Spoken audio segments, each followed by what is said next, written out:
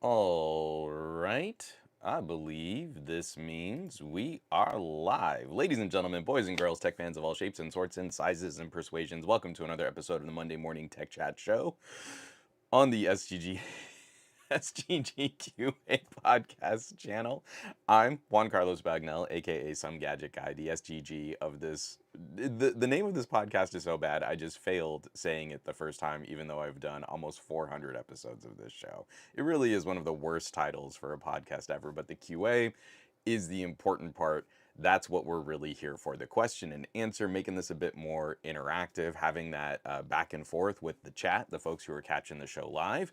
And we like to kind of take a little time, suss out how we feel about different tech news stories, keep following news as it develops, not just headline outrage on social media. And it's also why I like to hold my show on a Monday, is that maybe some news broke over the weekend, or maybe we're getting our week started and just hitting the ground running. It's why I'm so appreciative for the folks who show up every week. We're seeing a great list of names in the chat already. Simon says Hypno, Jimmy Fire Dragon, Mary Gray. How's it going, Mary? Goat V8, Colin Murphy, Swiper 1911, Swiper no swiping. 91 Venom has made it 2 weeks in a row. That is an incredible streak. Let's not break that streak for another 400 episodes. Did I just Duolingo that? You've got a 2-day streak. Would you like to commit to 6 months? Fred Gilbert and I in the pre-show just chatting about coffee. I have no idea what a Burundi bean is going to taste like, but talking about some interesting notes and characters. Again, for those of you who maybe it took too long, or it took longer than you would have expected as a grown man in current year, that coffee just shouldn't taste burnt. Like, there should be flavors because it's this thing that you roast. Doesn't mean that it has to taste like charcoal. J-Man 150, Colonel Corn Pop, Goat V8, Delandbit, Bradley Larcher, Georgie saying hello from rainy London, H2O Taku saying hey there, John Gao sending me some hot news on the Evan realities. Really appreciate the heads up on those, John Gao. And I think we are looking like we got a legit show going, getting ready. Aditya Nils and Juan, chat, good day. I'm glad y'all made it. Bradley Larcher is saying, I hope the folks at Vivo blessed you with an X200 Ultra, and sadly they did not, because I'm an American. For some reason, a lot of these PR companies have this hard division between international phone reviewers and Chinese phone reviewers.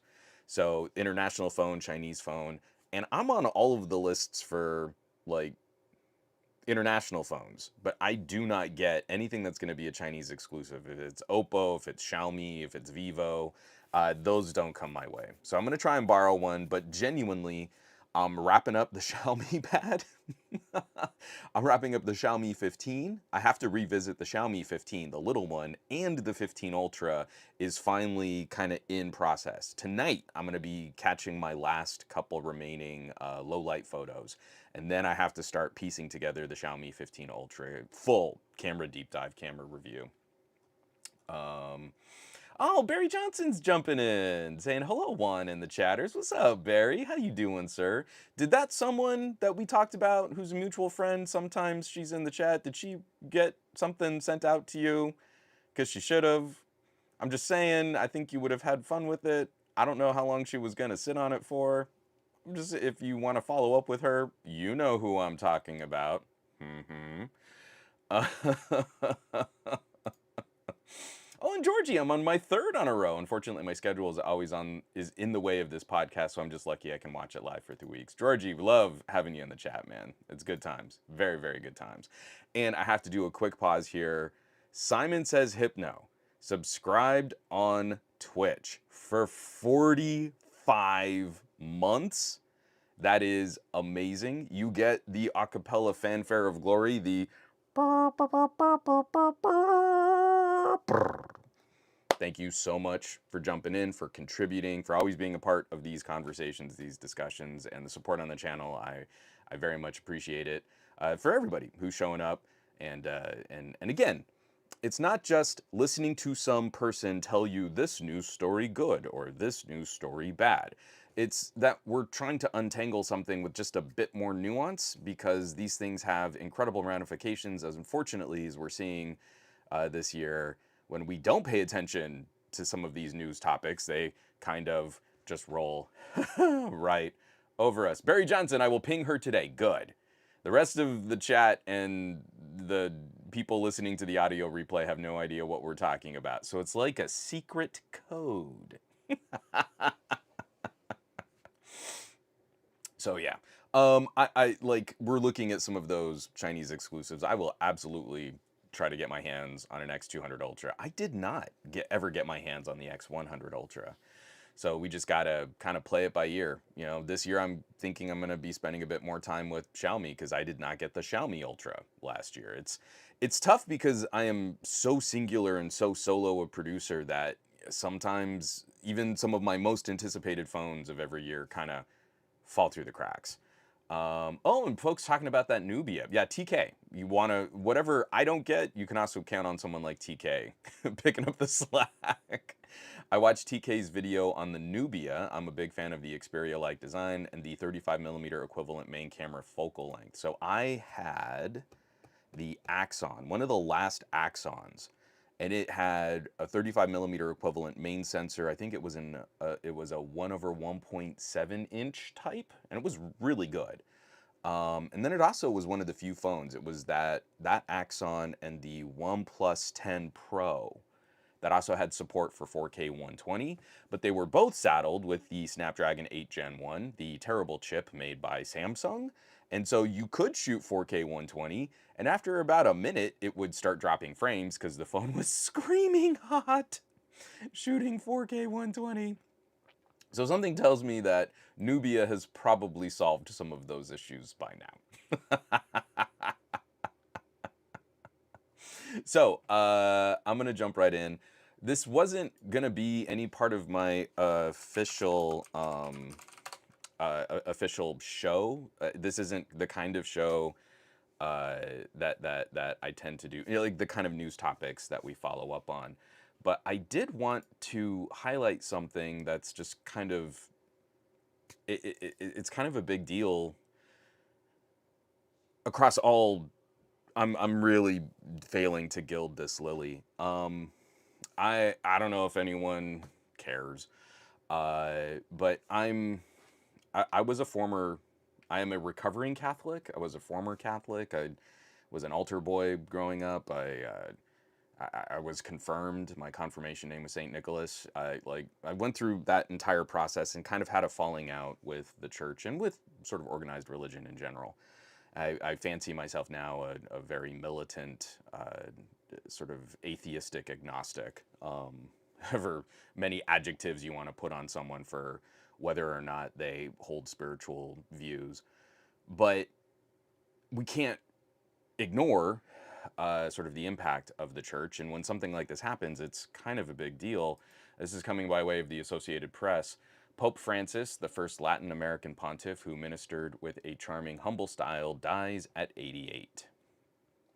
Pope Francis, bells tolled in churches from his native Argentina to the Philippines and across Rome as news spread around the world. At 7:45 this morning, the Bishop of Rome, Francis, returned to the home of the Father. His entire life was dedicated to the service of the Lord and of his church, Cardinal Kevin Farrell said from the chapel of Doma Santa Marta, where Francis lived. Francis, who suffered from chronic lung disease and had part of one lung removed as a young man, was admitted to, I don't know how to say that, Gemelli Hospital on February 14th for a respiratory crisis that developed into double pneumonia. Spent 38 days there, the longest hospitalization of his 12-year papacy. So Pope Francis has passed and will, of course, follow and watch to see where the Catholic Church goes from here.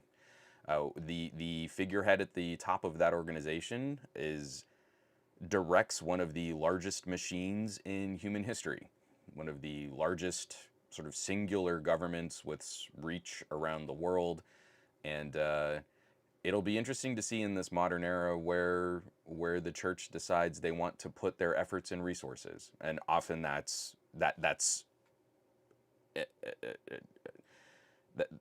that's represented by who is selected as pope.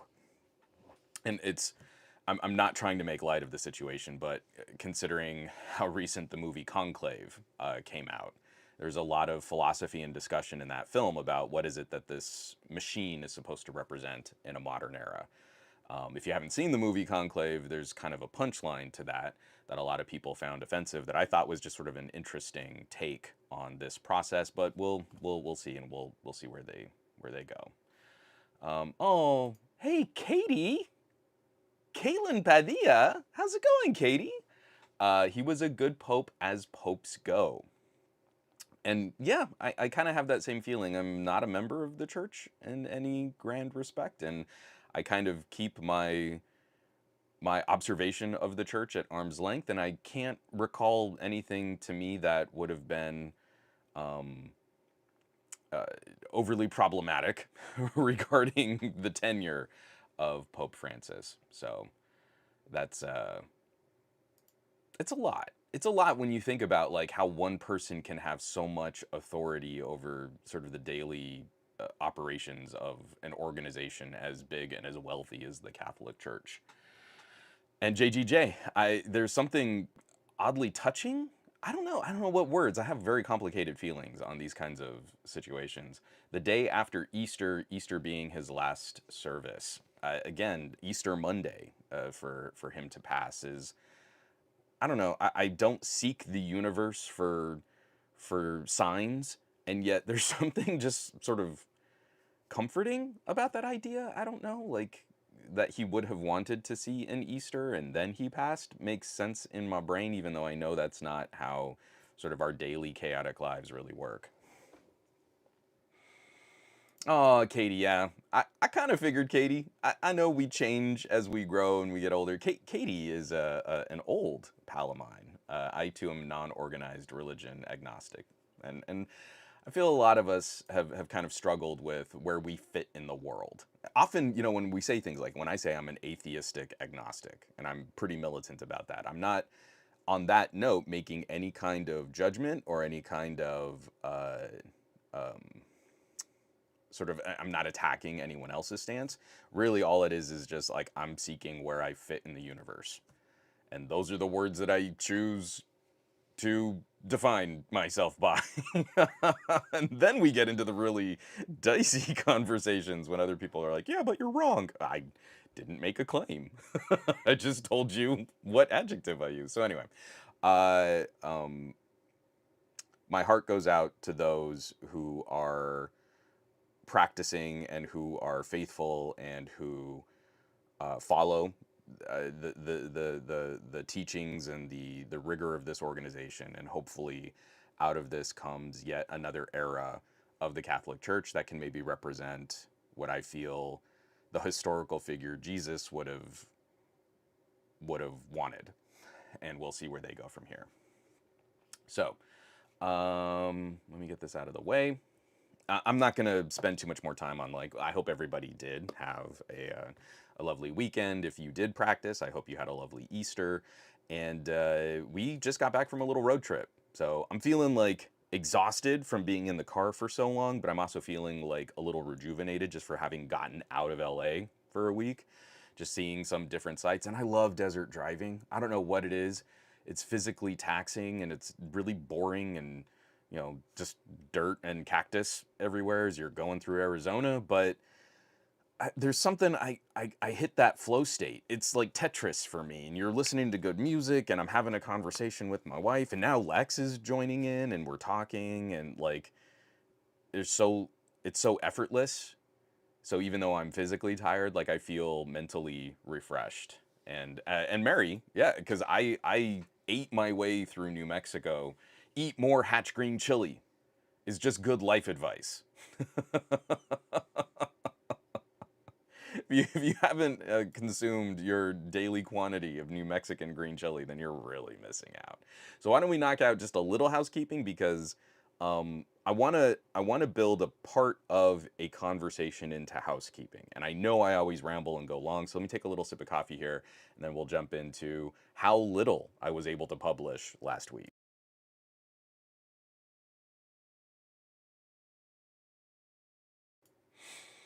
Okay. Let me get this set up here. So I did a little bit of housekeeping in last week's show because I was trying to run it from a hotel room in Gallup, New Mexico.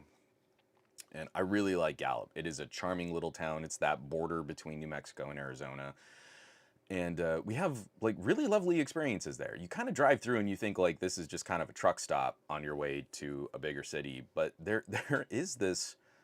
If you stay for a couple days, there's this charming culture. It's heavily influenced by the native population. Um, there's like a really rich history. Even funny things like, oh, this was the hotel where they shot these scenes, and the actors from the original Richard Donner Superman. Like they're really proud of what they've contributed to. And it's one of those things like I'm speaking very broadly and I'm rambling already, but you know we have some family there and we like to stay there, and it weighs on me because while we're in Gallup, New Mexico, I was kind of shocked I was able to get a passable live stream out. I had to kick all of my quality settings down to like standard definition, 480p. I still had some video, not skips, but it just spotty video quality. Like you could see even from standard definition, sometimes the quality the video would degrade. But while we were in Gallup, a really funky thing happened where the hotel we were in, the entire hotel's network, all of the customer Wi-Fi and their systems completely borked. And we're like, okay, well that's kind of frustrating, right? You know, you go to a hotel, you'd at least count on some kind of Wi-Fi. But the best upload that they could manage even before the whole system totally crashed was like a 4 megabit per second upload. And I was doing this funky thing with one of my travel routers where I was aggregating the upload signal from a phone, which also could only manage about a peak 8 megabit per second upload. So my best possible upload speed at any given moment would have been 12 megabits, and we know that that's not sustained, right? You go to a speed test and you see the little dial pin all the way, and oh, you can do a 50 megabit upload, but you know that's your peak. It doesn't just stay there perfectly because of how bandwidth and internet pipes work. So shortly after I finished that podcast, like literally everything fails around us. And first I was worried, like, did I put too much strain on the telecommunications network of Gallup, New Mexico by trying to stream a standard definition video podcast in real time? But there was some other problem with the node. So not only did the entire hotel completely shut down, and I felt really awful for the people working at the hotel because it was things like we would walk down to the lobby, and every single time we were walking around the hotel, someone would have to run up to us like, okay, we're so sorry, our network is down, we can't get into anything. Did you request any housekeeping? Were you going to be checking out today? It was all manual. And they had no access to guest records. There was no way for them to know. There's like no local backup, it's all networked. And they were completely severed from the hotel chain's main office, so they were all flying blind. And I really want to say, like, I feel like they did an incredible job of managing that situation and did so with excellent attention to customer service and to those details, the operation of the hotel. But just to think, like, we've gotten so dependent on these cloudy, networked services. Even if it's not like the cloud, this hotel is connected to home office.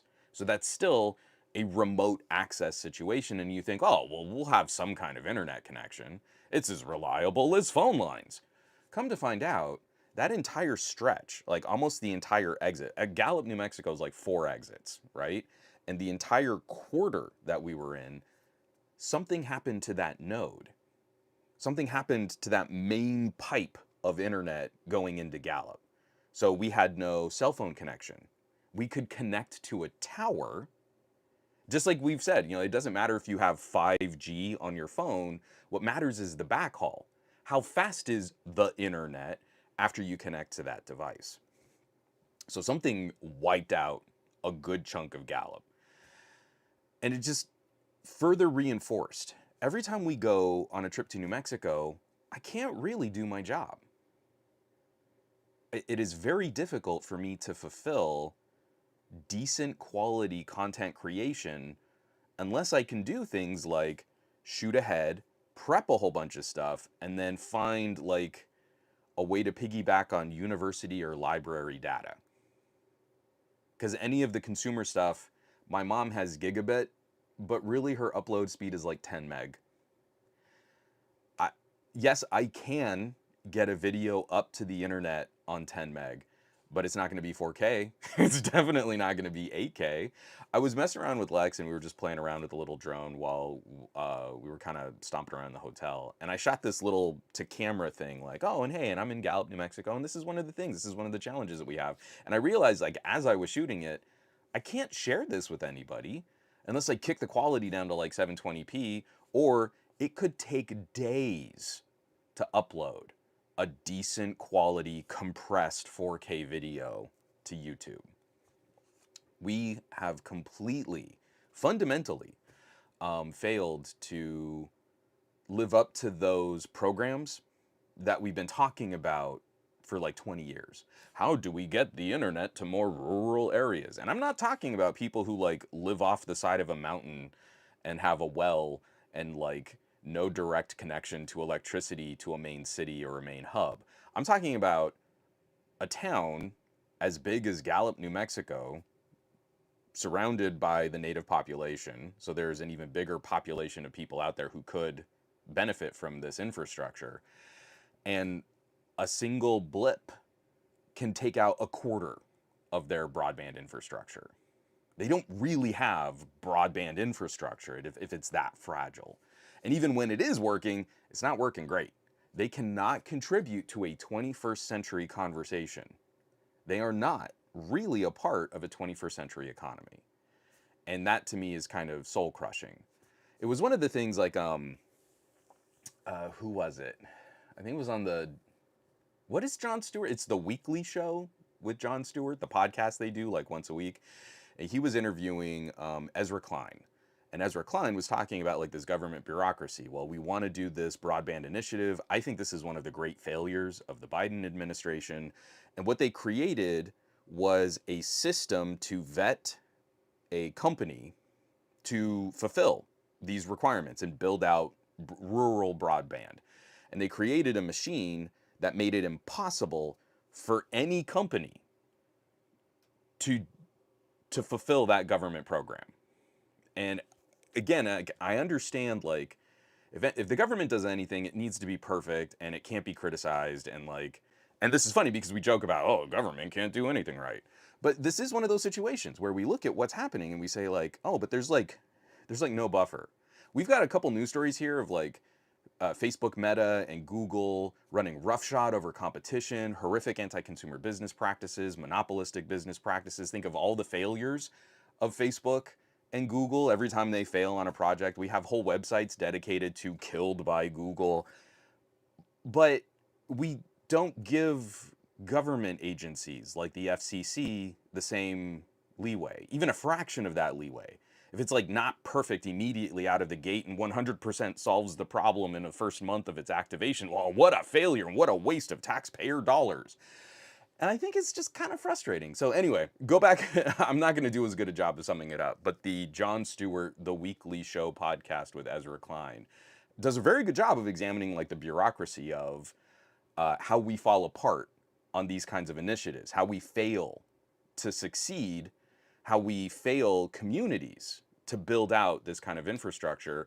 And I'm spending a week in New Mexico and several days in rural New Mexico, and we got hit firsthand. I had articles that I kind of wanted to see if I could finish, maybe upload to the Patreon. I was looking at cutting together a video, and the entire week that we're in New Mexico, it's kind of a no-go. Unless I take time out of this like family visits and this vacation time and just drive down to a library and get on their Wi-Fi. And it's still not as fast as what we can do here in Los Angeles, but it's still a reasonable amount of time to get a high quality video up to the internet. But I have to completely separate myself, which I didn't want to do because I'd rather just spend time with my family. So that's kind of the biggie for housekeeping. I do want to just kind of check in here real quick. Let me take another drink of coffee. I'm still like super dry too. I don't know if you know this, but like mountain desert just sucks all the moisture out of you, and it takes me a couple days to replenish after we get back home.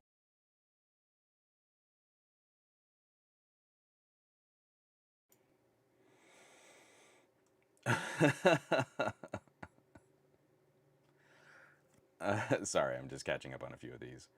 Um, oh, Mary, yeah, the Hadamio cousins, always, always the Hadamio cousins. From Fred Gilbert, Gallup has only ever been a waypoint for me. As someone who lived in Roswell for a while, I'm shocked to hear fondness for a small New Mexico town. Tell me that Roswell doesn't have its own culture and rich history and some really fun stories in that hilarious little alien museum. Like New Mexico, I say my family, a lot of my family sort of stayed in Los Lunas. And again, it's you take for granted, oh, small town living. But when some of your family is still there and you still go back and visit, it's things like we were just cracking up. Like my uncle Salo is a blink and you'll miss him extra in the movie Convoy. They drove that convoy through Las Lunas, New Mexico. My mom is watching a scene where a bunch of high school students are on a bus and she thinks she knows a few of them. And you're like, that's not a big deal, but it's kind of a big deal. My grandfather, who recently passed, his name is still on one of the administrative buildings that I think was just turned into a museum for Las Lunas. And the building was dedicated to him. It's the the the thing about a small towns in New Mexico is that they come from a history of hundreds of years of settlement before the United States existed. So there is a sense of a very long history. And some of the stories that you can get out of these small towns, these small communities, are really rewarding. Um, Oh, JGJ. I mean, you're asking a great question, but this is one of the fundamental issues. So JGJ says, why can't there be segmented networking so that there are sub intranets that can be networked locally and can have the ISP pipe in? And that is one of the solutions that some of these companies are recommending. So instead of having like municipal broadband and just wiring up a traditional broadband ecosystem, but paid for by taxpayers, what if we created like this bubble network? There are a number of these solutions that could help enrich rural communities. The problem is we got to pick one and we got to build it. And then we got to see, does it really solve the problem or does it create other problems? Intranet comes with some pros, comes with other cons. Major ISPs are not interested in solving the problem. They won't get enough money and they won't get enough taxpayer dollars and enough sweetheart deals and enough zoning deals to go and fulfill really great broadband to Gallup, New Mexico. They've done as much as they care to do. So it's on us to find that solution. My thing is at that point, if you're already building out this and you're going to make an intranet, you might as well just go municipal. Pay it through the power company, build it on the same telephone pole access and dig the same trenches and just be done with it. If Comcast doesn't want to roll better internet, that's fine. They've made their business decision to not do business in a small town. So, if the people want to build it themselves, they should build it themselves. Uh, oh no, Schlungy. We live in the middle of a forest. Our max speed is 10 up, 1 down. That's kind of like my mom's family. They live even further outside of the small town life. And it was kind of a big deal when they got HughesNet. HughesNet? I think it was HughesNet satellite. And it's demonstrably slower than DSL and is very easily disrupted by mild weather. But that was a huge upgrade for them.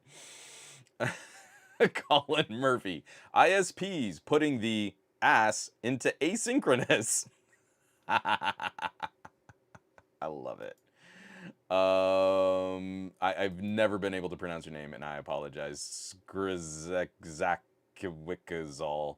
Juan, do you think Find X8 Ultra will be better than the X200 Pro? Catch me at the second half. I'm gonna get through this. This was sort of a terrible housekeeping segment, but I'll definitely jump into some of those once we get into more of the gadget block in the second half. Um, John Gow. I love John Stewart's podcast. Highly recommend anyone to listen. I mean, it's just really good storytelling, and I've always appreciated John Stewart's ability to kind of host longer conversations. Whenever we used to watch The Daily Show, he'd have this interview, and like, yeah, it's a cute little maybe 5 minute bit. I loved when they would do like, here's the whole thing that we did, and we'd put it up on YouTube. Um, he's really natural at drawing out from people like what the point of their position is. And that's very satisfying when someone is earnest in a conversation. You could say they really care about something, and then it's really entertaining when someone is obviously not earnest on a particular point and they're just trying to cloud or muddy the waters on a complicated topic. So, oh, Steve's Web. I am so happy to hear this because we do not celebrate our successes. Steve's Web, I'm in a very rural area and now have 1 gig upload and download fiber due to Biden's efforts, $85 a month. So you spend less for symmetrical gigabit internet than I do for Spectrum's terrible. It's technically 400 down, 20 up, but sometimes I can peak at like 450 down and 22 up. So that's another thing too, is like you talk about government is the problem, but there's no marketing for when government succeeds. There's only media and news outlets pouncing on when government fails. And that's another thing. Like Michael Lewis is on a book tour right now where he's talking about things like, hey, all of these government employees that have been sort of labeled as these lazy bureaucrats, whenever they do something cool, a bunch of politicians take credit for it. Whenever they stumble or they fail, a bunch of politicians use them as scapegoats. And think about, what company would you work at where that was the success failure dynamic? Basically, elected officials are almost always the problem.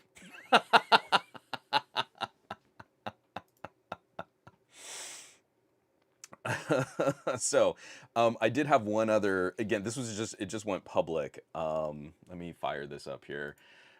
This was early access on the Patreon, and I went ahead and published it because it was the only video I had uploaded, and I couldn't upload new stuff while I was out in New Mexico. The Xiaomi 15 Ultra versus Vivo X200 Pro 200 megapixel telephoto camera battle fight.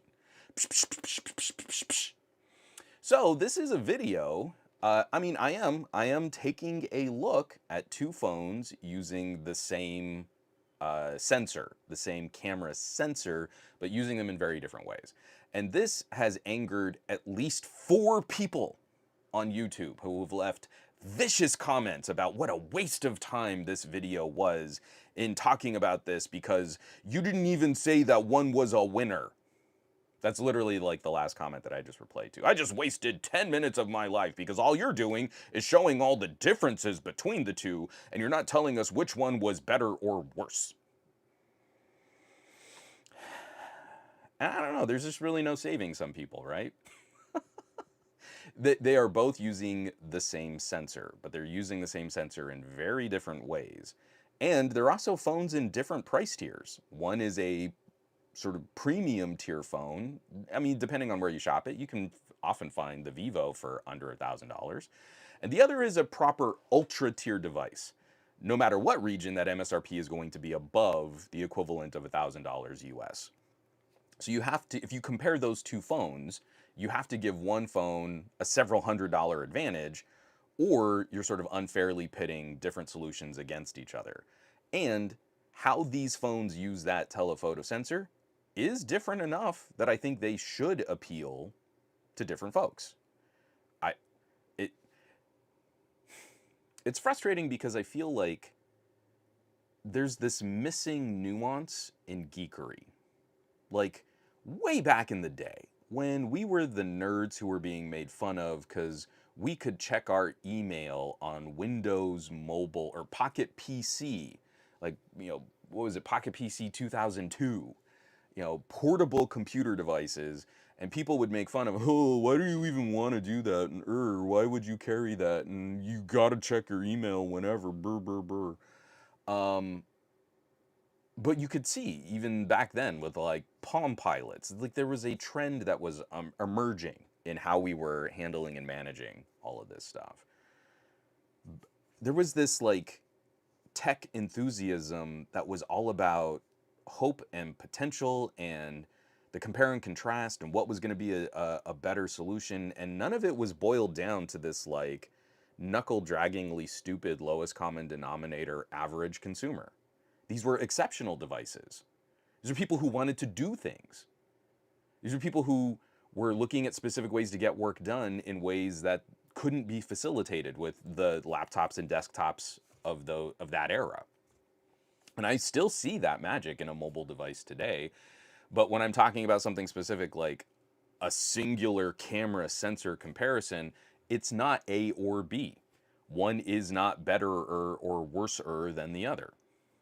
The only reasonable conclusion is they're doing different things for different folks who have different needs at different budgets. So there's your answer. If anyone says, oh, this one's better and you can tell because of the colors, then they probably did really gimmicky and terrible comparisons. I even show, I'm so proud of this shot. It's a macro shot of this pink rose that I shot in both phones' pro modes, and I made them look almost exactly the same. The only difference is like on some of the lower petals, you can see a slightly different black crush in some of the shadows. One phone pulled up a bit more shadow detail. One phone crushed it just a little bit, but we're talking like the edge of a shadow at the tip of a petal. But I was able to tell both phones, look at this white balance, look at this focus distance, look at this shutter speed, this ISO, and they look almost exactly the same. Proud of me.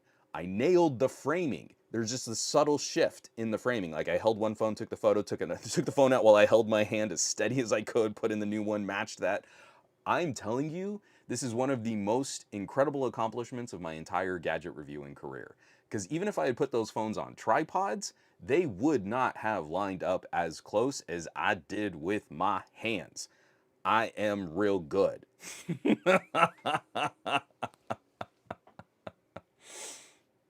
Oh, Farhan, I know you were bouncing around in the comments too. I saw the comment on that video. It's really hilarious to see someone in the comment section still not get it.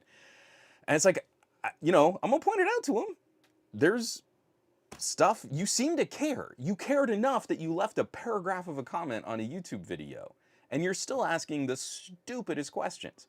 But why isn't one a winner? How come you didn't say one was the winner? Why didn't you say my favorite phone was better? From Schlungy. Am I saying your name right? If you can phonetically spell out your name, I would appreciate it. Schlungy? Schlungy? I got my Xiaomi 15U 2 days ago and made a telephoto comparison with my Huawei Pura 70 Pro. Only 1/1.4 on the Xiaomi, and was quite surprised that the Huawei could keep up in terms of bokeh. Yes. I mean, what Huawei is what Huawei was. What Huawei does with photography is very good. It's very competitive. We don't get to talk about it as much broadly internationally. Again, here in the United States, like we almost had Huawei in AT&T stores, and then that got wrecked. But yes, you can always count on a Huawei doing very surprisingly good things with hardware on the spec sheet that you wouldn't have expected could do that kind of stuff, which is beautiful. It's brilliant.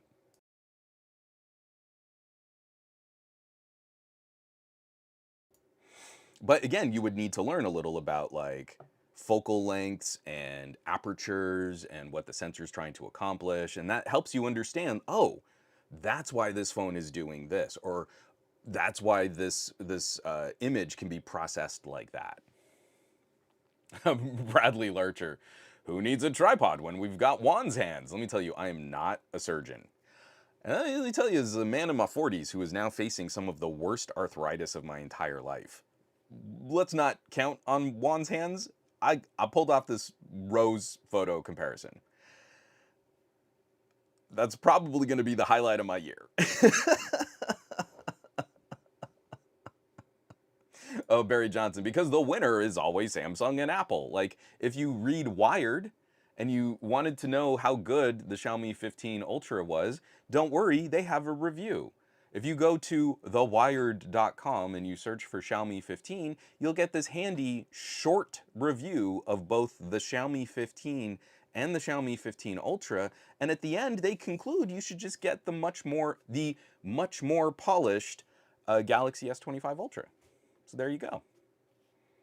I mean, there are like 5 whole photos, so you can see the incredible camera capabilities.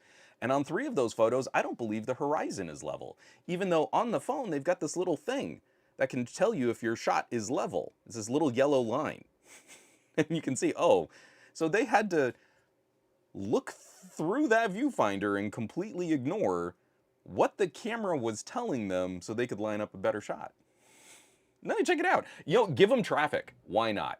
If that's what passes for a review on a site like Wired, which should be an institution in tech commentary, then sure. Let's go ahead and reward the absolute lowest possible effort they could put into an article on 2 phones as a review.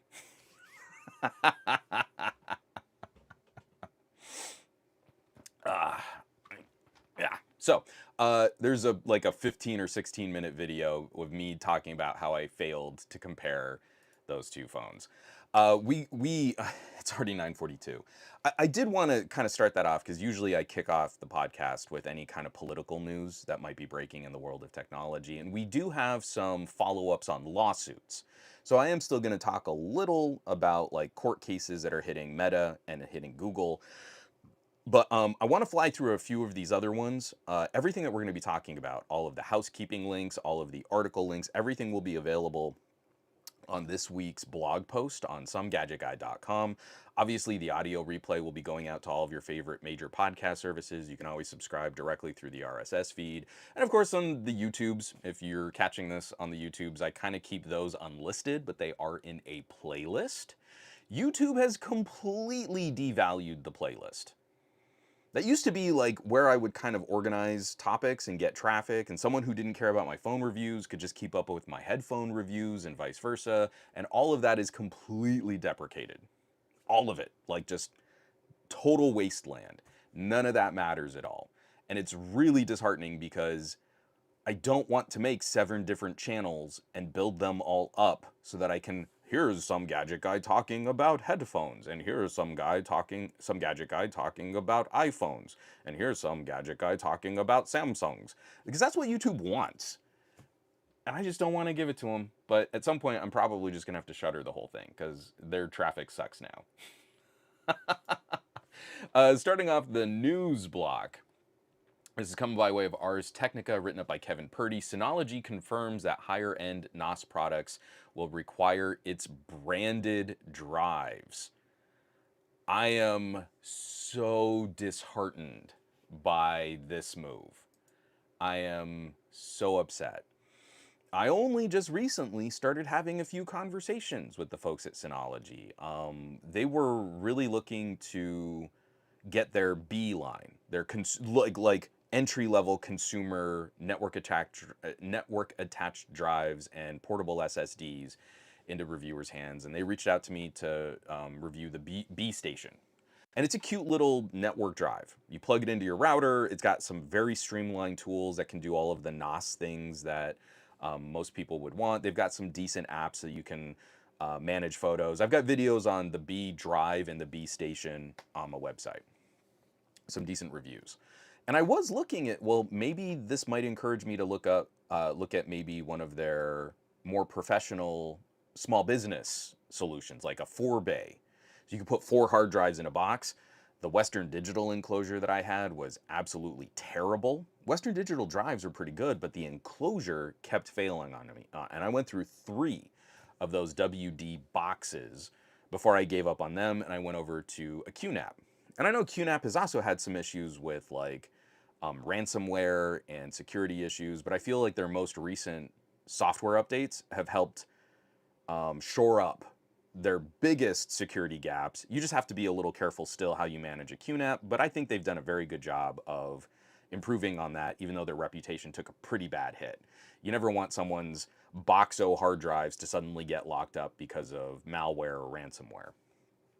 So I was thinking, okay, Synology could be another one. I know that for the nerd side, one of the best things you can do is just build your own. Get a computer and fill it with hard drives and then run your own NAS software. And that's really kind of the best performance, best system stability, best security. You roll your own, it's going to be awesome. I don't have the time. I don't have the space. And really, I'm kind of impressed by some of the power draw, like the electricity consumption, like the little ARM chip that's in my QNAP is pretty low. It is not very thirsty. It's pretty low power draw. So I was looking at Synology as maybe being another option to recommend in that middle space. You've outgrown like a portable hard drive. You need something more robust. You can step up to a single drive network drive, a single hard drive that plugs into your router, or you can look at these dedicated enclosures with multiple hard drives that can be put inside. And then for the more advanced, you can step up to building your own whole server style file management system. So what Synology is doing is now when you get one of their higher end products, you have to use drives purchased from the company. I don't want to do that. These days I really like Seagate Iron Wolf drives. This podcast not brought to you by Seagate. I don't even have affiliate links.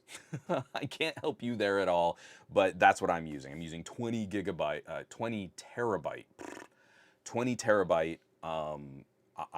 Iron Wolf Seagate drives.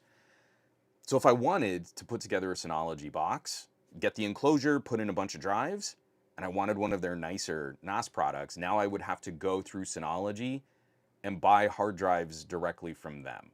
And that to me defeats one of the great aspects of even these middle solution consumer options. You get the enclosure, and then you can put whatever you want in there. If you want Western Digital Red, if you want Iron Wolf, if you don't think your needs are going to be that demanding, you want to save a little money and you can go down a tier, like maybe WD Greens, then yes, you can do that too.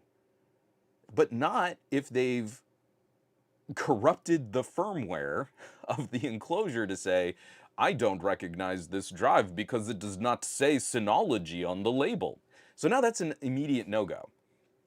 Their consumer stuff, that little B station, is a handy way to get into some kind of network attached storage. And then I say you've got to skip them for everything else. And that sucks. That kind of hurts my soul because I want to point people to good options that are just a good step up between like having one drive and then building your own enclosure. We should be able to point to a handful of boxes in the middle that can help people build a more robust file management solution, media management solution. And now I have to take Synology off of that list. In the same way that I'm viscerally disappointed in Apple and Samsung for serializing parts, so you can't just replace a screen or a battery without breaking, functionality on the phone, I have to point to Synology the same way. You serialize the box and you say you can only use drives from this one manufacturer. Well, what if there's a bad batch of Synology drives? There's all your data, poof. There's no way to cycle out of that. There's no fallback.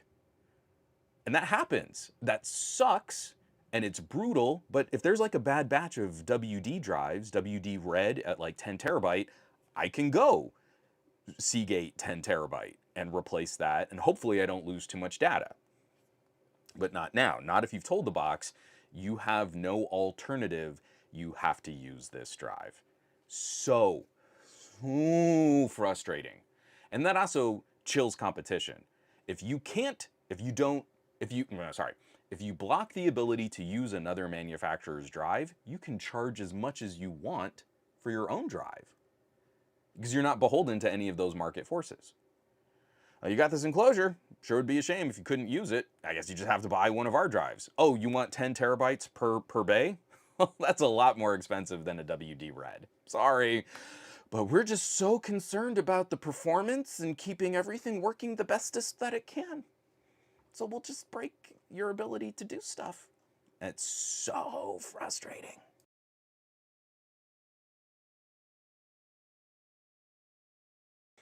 Right. Sorry. Oh, so Schlungi is saying I did pronounce their name correctly. That's awesome. Okay. Barry Johnson, just ignore the camera, folks. That's great. Let me get this down. There were a couple people talking about this. Oh, that's kind of sad. JGJ is saying, speaking of self-hosting, the self-hosted podcast is ending at the end of May. I don't know that I listen. I wasn't subscribed, so I don't think I was listening to them consistently. But I actually no, I think it was you, JGJ. You sent me a link to one of their episodes. I think so. I liked it. Sadly, I did not keep up and support them, and that's what happens when we don't support channels doing good work. So my apologies.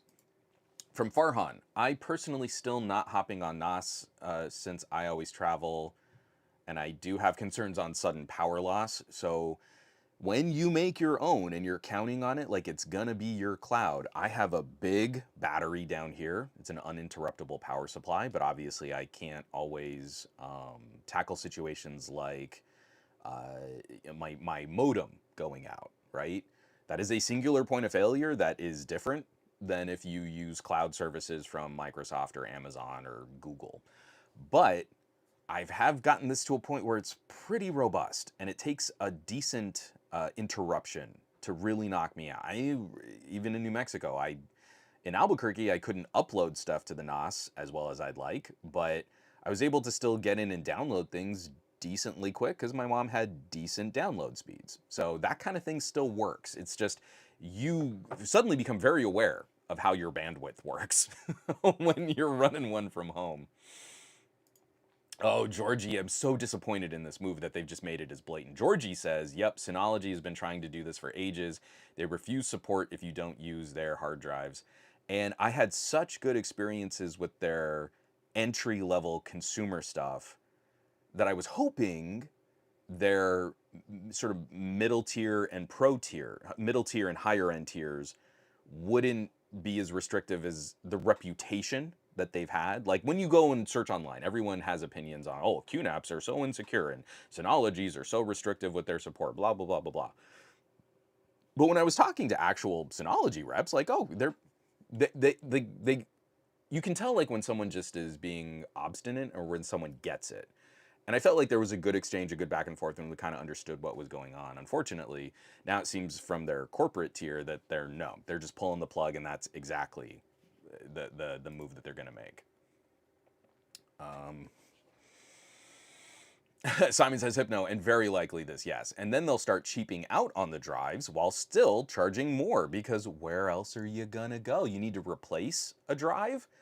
Well, you need to buy one of ours, and who cares if it fails sooner than it should? And then Georgie also had, and 12 terabyte Iron Wolf can be a lot better and cheaper than Synology 12 terabyte. I haven't looked up, I should have looked up the prices on these, but it's just such a disappointing move. Darcy, spot on, Darcy. Everyone wants to be a landlord. They got to extract all the value they can, so line go up. God, it's so brutal. It makes me so sad. Because again, it's like one of those things you want to recommend to someone and get them into this tech. And like my parents are running a little 2-bay QNAP, and like I was talking to my aunt, she's got all this stuff, and you're like, hey, you know, it's not great that it's just on this one old hard drive. I think it was an old LaCie. And you're like, that's not very secure. Your memories aren't very safe. So when something like this happens, like if I had ever recommended Synology and then that person had gone up to like a 2-bay or a 4-bay Synology solution, then now I've got to like eat that recommendation. Like, sorry, this actually does make your next purchasing decision a bit more difficult, and you spent money on this thing on my recommendation, so that does kind of kick me in the rear. I'm very not happy about that. So, moving right along, Footloose and Fancy Free. Just wanted to highlight this to keep an eye on as a court case. Actually, you know what? This is coming by, I caught this first by Engadget, written up by Lawrence Bonk, but I did kind of miss that this was a report by Reuters. So let me pull up the Reuters article, and I'll link both in the show notes. Written up by Jonathan Stempel over at Reuters, Tesla speeds up odometers to avoid warranty repairs, U.S. lawsuit claims. The plaintiff, Nairi Hinton, alleged that Tesla odometer readings reflect energy consumption, driver behavior, and, quote, predictive algorithms rather than actual mileage driven. He said the odometer on his 2020 Model Y he bought in December 2022 with 36,772 miles on the clock ran at least 15% fast based on his other vehicles and driving history, and for a while said he drove 72 miles a day when he at most drove 20. And this has huge ramifications for how things like EVs are managed, because your battery warranty is within a certain period of time and within a certain mileage, so the wear and tear that puts on this. And I wouldn't be surprised if a Tesla has an overly complicated system of estimating driver mileage instead of just tracking it directly. Now, what I would love to see is there was an old app that I reviewed while I was at Pocket Now that they canceled the service, and it broke my heart. This thing was the best. Ah, there's a fly in the office. Ah, that's gonna be so distracting. I forget what it was called, and I want to say it was something stupid like Drive. Like the worst simple name that you could have for an app like this. But you would plug a little Bluetooth transmitter into your car's OBD2 port, and it would link up with the app. And in the combination of the car's diagnostics and the phone's GPS, it was the best singular mileage tracker. Every little granular piece of information on every single drive, and you could highlight, like, this was like my office, and it was especially I was using it a lot when I was driving down to Newegg Studios in City of Industry, and it was perfect. It was so good because it wasn't just GPS. It was literally like the tire rotation, the mileage has to be this. I know how big your tires are. I know how many times they turned. I know exactly how far you traveled. Not just kind of guessing based on satellites in orbit. And not that that's guessing. I know GPS is pretty accurate for what it is that we use GPS for. But I would be curious now if someone could say like, hey, I plugged in an OBD2, and while my Tesla says I drove 70 miles, I really only drove 60. And that's what this lawsuit is going to start kind of untangling. Let's see. So Hinton is seeking compensatory, I can't say that word, compensatory and punitive damages for Tesla drivers in California, potentially encompassing more than 1 million vehicles. Tesla moved his lawsuit this month to Los Angeles federal court from a state court in that city. In March 2024, a federal judge in Oakland said drivers in that case must pursue their claims in individual arbitrations, and they can't file a class action. So we got to keep an eye out on Hinton versus Tesla, U.S. District Court, number 2502877.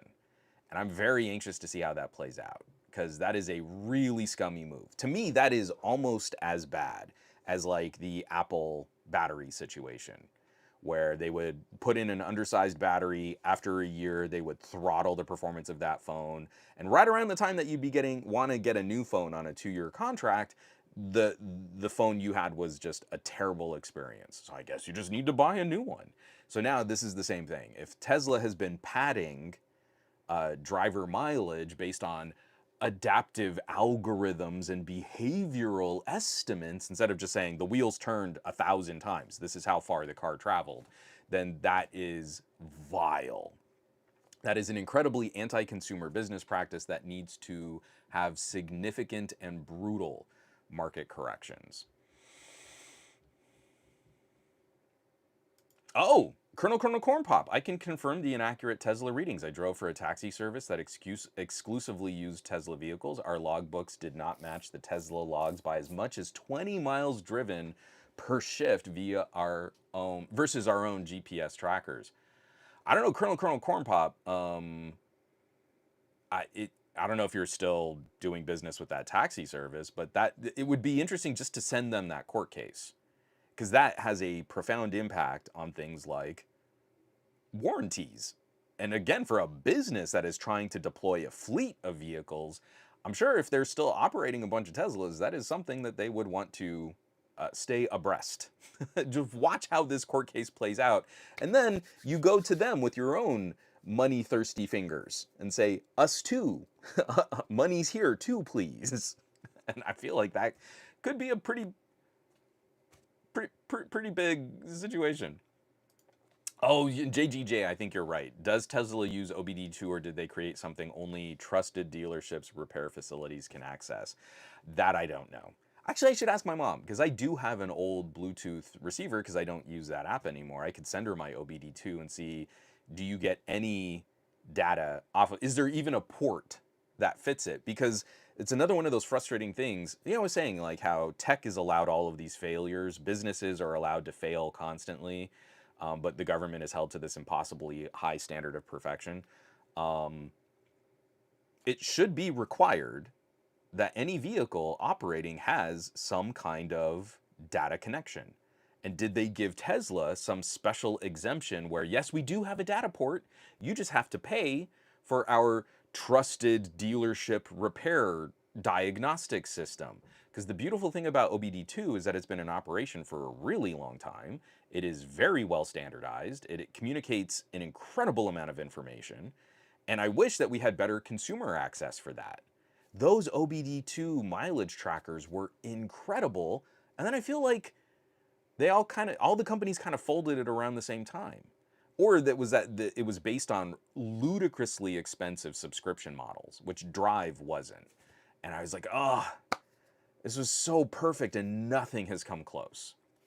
Nothing has come close to the ease of use of, I get in the car, my phone immediately connects to my car, and it's just tracking all this data. It's building a beautiful spreadsheet. I could just cut and paste from the spreadsheet for my mileage at the end of the year, for my taxes. It was perfect.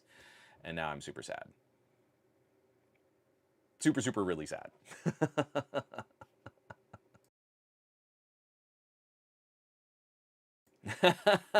Brian Glaze, Tesla being scummy, who would have thought? Wahapa. And Bradley Larcher, the wheels on the Tesla go round and round, round and round. I don't know if this song is copyrighted. So we're going to do these two back to back. These are stories that are unfolding. I've mentioned them a lot, and I don't think we need to spend a lot of time on either. Two different court cases, and one is kind of coming to its completion, and the other is sort of in the heat of its disclosure and cross-examination. So first up, coming by way of Ars Technica and written up by Ashley Bellinger, Google loses ad tech monopoly trial and faces additional breakups. For over a decade, quote, Google has willfully engaged in a series of anti-competitive acts to acquire and maintain monopoly power in the publisher ad server and ad exchange markets for open web display advertising, end quote, tying its publisher ad server and ad exchange together to, quote, establish and protect its monopoly power in these two markets, end quote, the ruling said. At trial, the DOJ argued that Google's ad business expanded to choke out competitors and benefit only Google. They argued that Google rigged ad auctions, allegedly controlling multiple parts of services used to place ads all over the internet, unfairly advantaging itself in various markets. So I do not believe that the main that the primary disciplinary action against Google will be splitting Google Ads from the rest of Google. That is actually potentially on the table. So just like we were talking about previous anti-consumer trials saying the ramifications being you've got to split Chrome off from the main hub of Google products. And so funny that now Chrome is using the same underpinnings as Android, right? So in a very legalese, pissy, uh, maliciously compliant kind of way, they can split off Chrome, but then say, oh, but now when you pick up a Chromebook, it's really Android underneath. It's not Chrome OS, it's totally different. So Chrome can go off and be its own thing now, which is again, it's not complying in earnest and would hopefully elicit yet another decade-long court battle. But this has the potential, very, very low, and I would not put good odds on this really playing out like this. But if the problem is multiple services plugged into Google, where Google is prioritizing their own services against everybody else, and they're rigging their ad market to get the best payouts from advertisers while not offering what they're claiming to offer, that there could be some larger separation between the main money-making facility of Google, advertising on the web, getting split from all of the other businesses and sectors that Google operates. I don't think that's likely. Please read through this article. Again, the folks at Ars Technica do an incredible job of linking and breaking down the history. How did we get to this point? This is a court case that has been going on for a while, and I think we all have kind of that same feeling. That feeling of, well, we're pretty sure Google's doing something pretty scummy here. But when it's broken down with the evidence like this, yes, we can point to monopolistic business practices and anti-consumer trends. And so now there needs to be a significant market correction for that. I'll be curious to see how it plays out. I think Google will try and compartmentalize their businesses under Alphabet and say, we can firewall this off better, and we can make sure that we're not giving ourselves an unfair advantage, and we can self-regulate.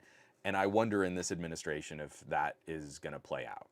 Google doesn't have a good reputation with the current administration.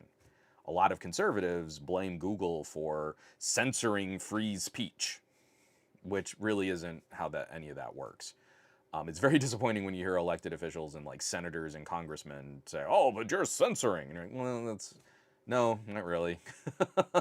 I shouldn't have to explain how the First Amendment works to a senator, but cool, that's where we're at right now. So we got to keep an eye on what the sanctions or what the disciplinary actions should be. I want to see.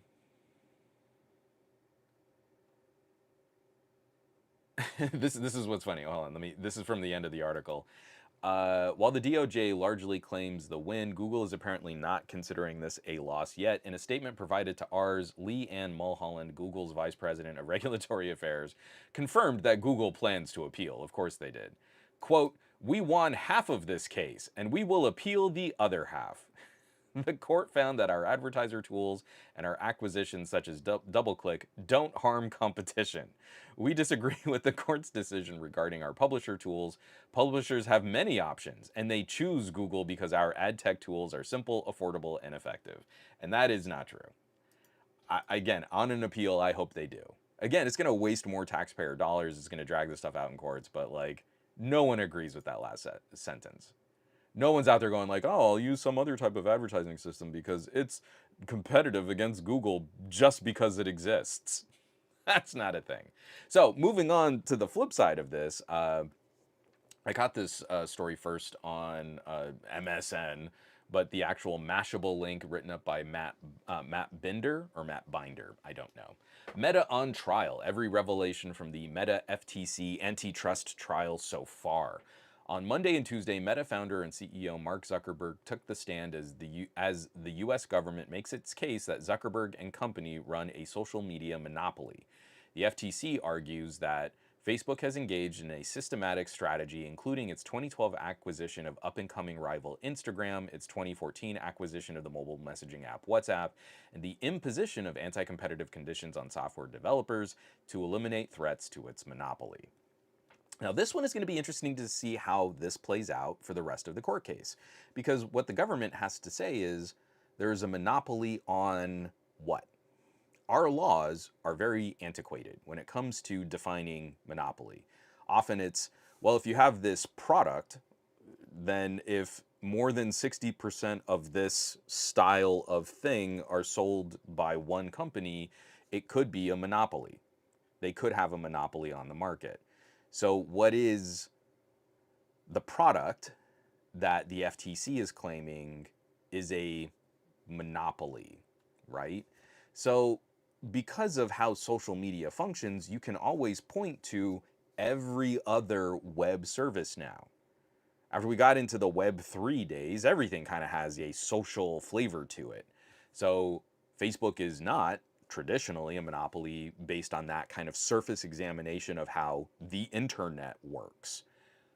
But we can point to a number of very anti-competitive business deals buying up competing services, or when they couldn't land an acquisition, suddenly Facebook would have a feature that was very similar to another company's offerings and seemed to displace a smaller competitor in that arena.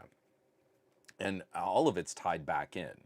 They can call themselves Meta all they want, but all of these things all kind of lead back to that singular bucket of Facebook algorithm and data management so that they can profit off of user behavior. Threads is basically just Facebook Mini, right? Instagram is now Facebook Pictures. It's all this sort of blob. And they've made it that way in part so that it can't be easily separated. You can't just cut Instagram out of the Meta ecosystem because that would damage this, and your messaging does that, and how would that even work? But one of the things that they're talking about is Instagram might need to get split off from the hub as a whole. So this is just kind of firing up. We're getting these like tasty little morsels. I think Sheryl Sandberg had to I think, did she do her testimony today? I'd have to look that up. But those were some of the follow-up headlines as this court case plays out. Because, I don't know, it's one of those things like, I want to be more supportive of divisions within Facebook that I think are doing cool work. Like, the Oculus team is this little bubble in Facebook that I think is doing really rad stuff. I really want to play with a Quest. I am not going to give Facebook my money. And I'm not going to give them access to my data. And I'm not going to scan my home for them with MetaQuest cameras so they can get a very intimate look at everything I do inside my home. Like, I'm just not going to do business with them in any way that I think matters. I still have a Facebook account, and in part because I have had issues with people impersonating me, which is bizarre. So I can point to, that is my official Some Gadget Guy Facebook page. There's like 100 people following it. I put no effort into it, but it exists so I can point to it and say that's really me. Actually, that probably wouldn't be a terrible business idea. You could just rip me off, take like one of my photos, make your own Facebook page, and then just generate a bunch of traffic because I put no effort into it. Don't tell anybody I said that. But share my videos if you do. If you start getting tons and tons and tons of traffic, embed my YouTube links, and we'll both profit, right? So it's win-win. So stupid. So this is just getting started. I will absolutely be following up this story later, but Mashable, I think this is through, this was published middle of last week. So up to this point, they had kind of collated all of the big points from the trial so far. Starting into this week, we'll probably be getting more testimony from other executives within Facebook. And right now, Zuckerberg was worried about Instagram as a competitor, talking about internal communications. Facebook was building an Instagram competitor that they shuttered because they bought Instagram. They have communication saying Zuckerberg was going to shutter Instagram and make people use a Facebook photo solution. They were worried about platforms like Google+. They offered $6 billion for Snapchat. That they're directly competing against TikTok and LinkedIn. This is one of my favorites. Zuckerberg wanted to reset everyone's Facebook friends and create an ad-only feed. Of course you did. See, again, just think about how bankrupt and how bereft of ideas someone like Mark Zuckerberg really is. Well, I mean, we put an ad after like every second post from someone in your feed.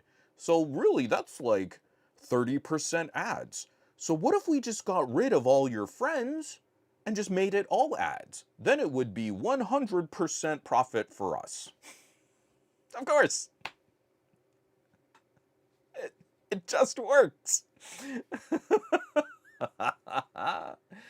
We're going to wrap up our news block here before we go and talk about some phones with some big batteries. And someone asked a question about something with the Xiaomi, and I've already forgotten that I wanted to get back to and talk about. It was at the beginning of the show. I don't know.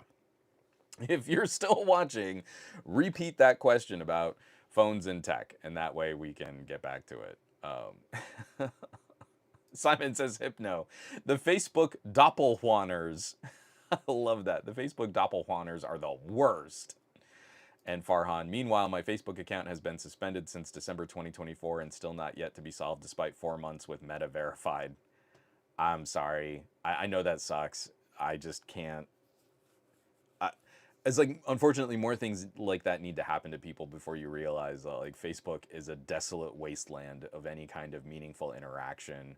And if you can get in contact with people who are still just lazily on Facebook and find other ways to talk to them and just leave the platform behind. I have a Threads and an Instagram and a Facebook just so that I can point to those things that are mine and that's me, and you're not talking to a doppelwanner.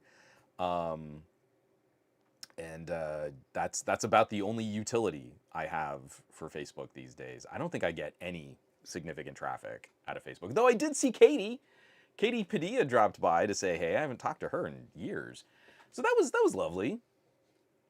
You know, that's Facebook bringing two people together.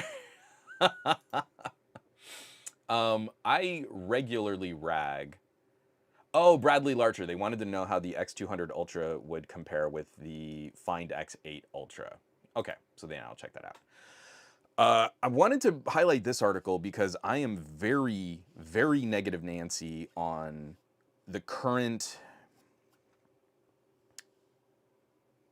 business model of AI being you get horrible search results and gibberish that is up to 60% lie, and it requires massive data centers consuming obscene amounts of electricity, dumping horrific amounts of carbon into our atmosphere, and burning through millions of gallons of potable water. That to me is a stupid business model that everyone should be ashamed. I like, to the point of it being almost criminal. Like, at some point we need to have a reckoning with all the tech bros talking up AI and saying you probably need to do some jail time, because this is becoming an absurd farce of an investor bait and switch scam or a pump and dump or whatever we want to call it. It's getting that ridiculous. It's like the most minute bits of Schadenfreude when like, oh, server farms in China are being underutilized. Yeah, because AI sucks. Microsoft might not invest in their new data center. Yeah, because AI sucks. Or at least LLMs powered by massive data centers is not a serious business model. There is no business model there. There's no way to generate profits, and every tiny improvement is another order of magnitude more compute power required. That's my rambling spiel.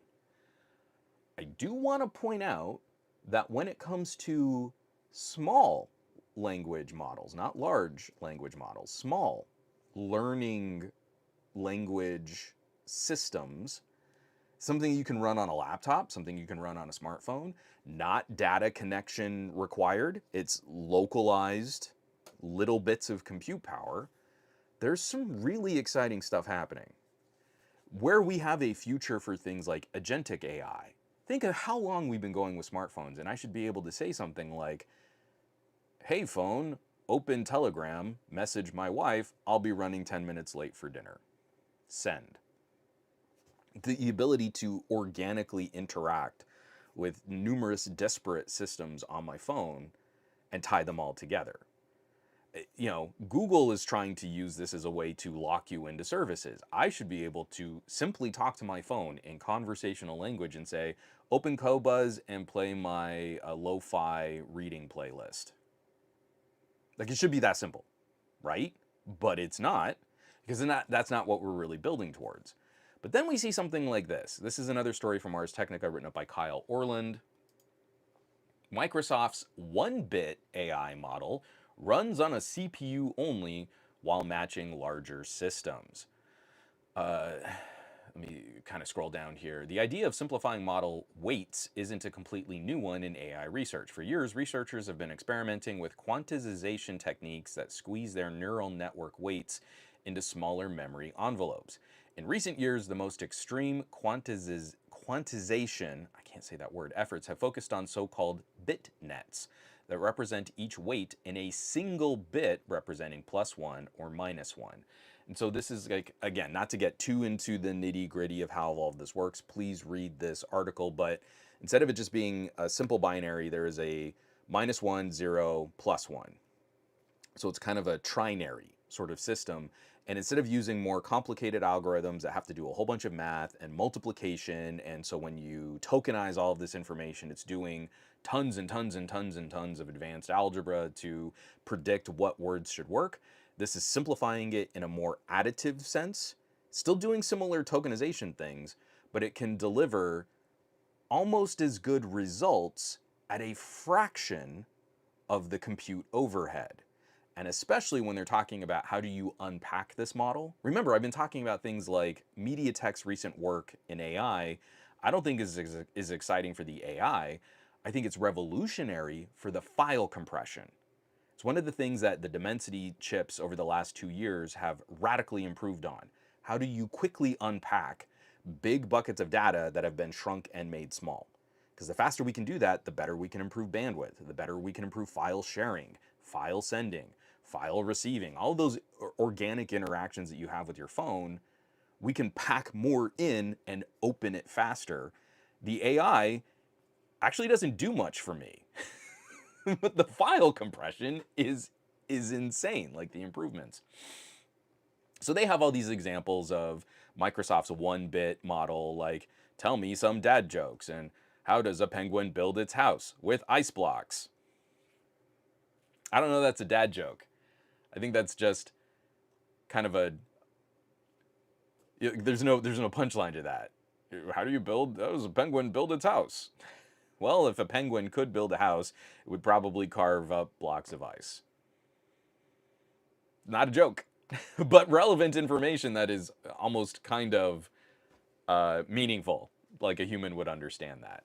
So what this model can do, I'm getting down to this one graph right here, how this model performs in benchmarks isn't leading this bracket of small language models like Llama and small Llama.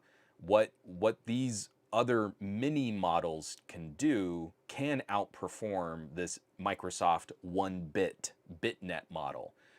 But it can get really close to some of these better performing mini models for literally a third or a fifth the total amount of RAM needed to unpack all of the parameters of that model. And that's what's so critically exciting. So let's say your basic language scores, like tell me a joke, and then it kind of doesn't tell you a joke, it just tells you sort of information about penguins. Yeah, that's AI. That is exactly AI to a T.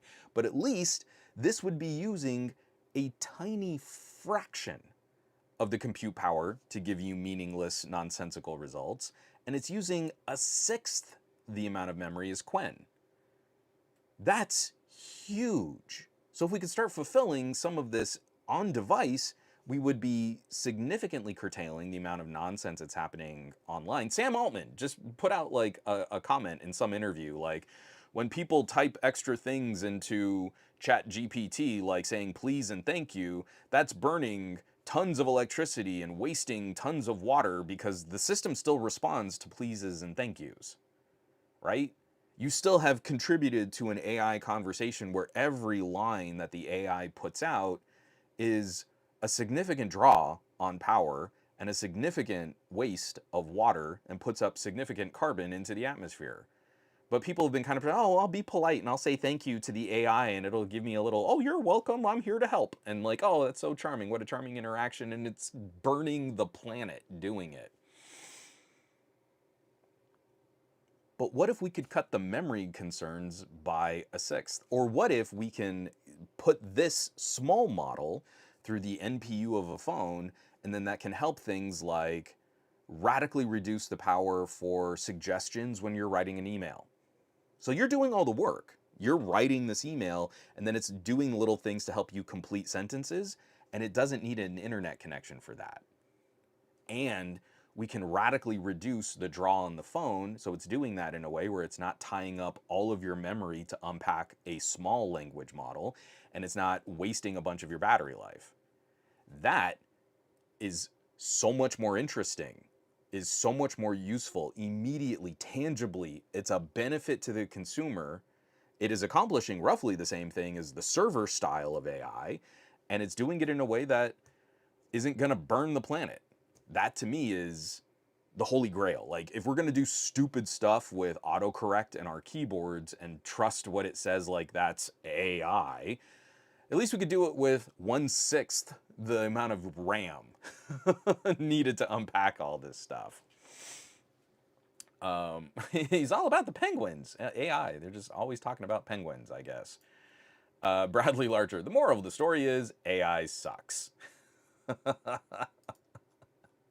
But maybe AI could still suck the same amount, but use less RAM. You know, it literally sucks less. Sucks less power, sucks less water. Bradley Larcher, did Microsoft take notes from DeepSeek for this? Again, I think we've been shown pretty conclusively that OpenAI's model is an evolutionary dead end. How they're trying to do business with ChatGPT and the insane requirements that they need for compute power and energy, that is not the future of this market.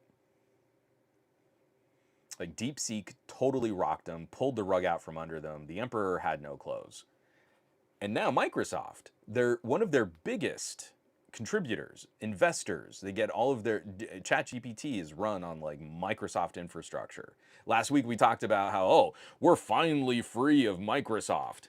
No, you would not have been able to exist without Microsoft subsidizing every aspect of your business.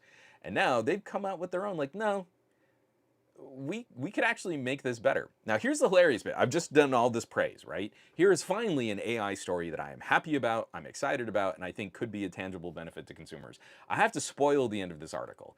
Please click on this link in the show notes and go visit Ars Technica and give them traffic, because this is a great write-up beyond what I've just shared. I've only cherry-picked a couple little moments, but I have to do the end of this.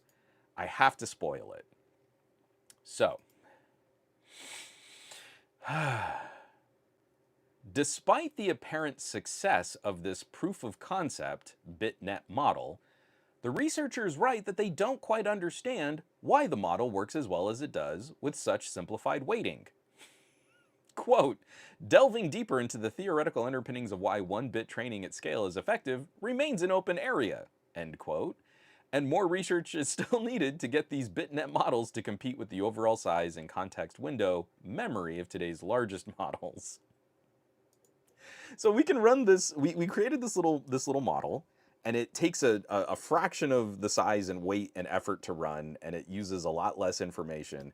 And when we benchmark it, it scores exceedingly well against larger models, and we don't know why. No idea why. Who knows? Oh, Brian Glaze, not burning the planet seems like a good idea. So good. I would agree. So, I do want to kind of cover a couple little phone things here real quick. We're into that gadget block, and we can talk about that question we had about the X200 Ultra and the Find X8 Ultra. Let me take another quick little drink of coffee here. And who wants to talk about some huge batteries coming to some not humongous phones? Because that was a very popular topic of discussion on the private Discord over the last couple days.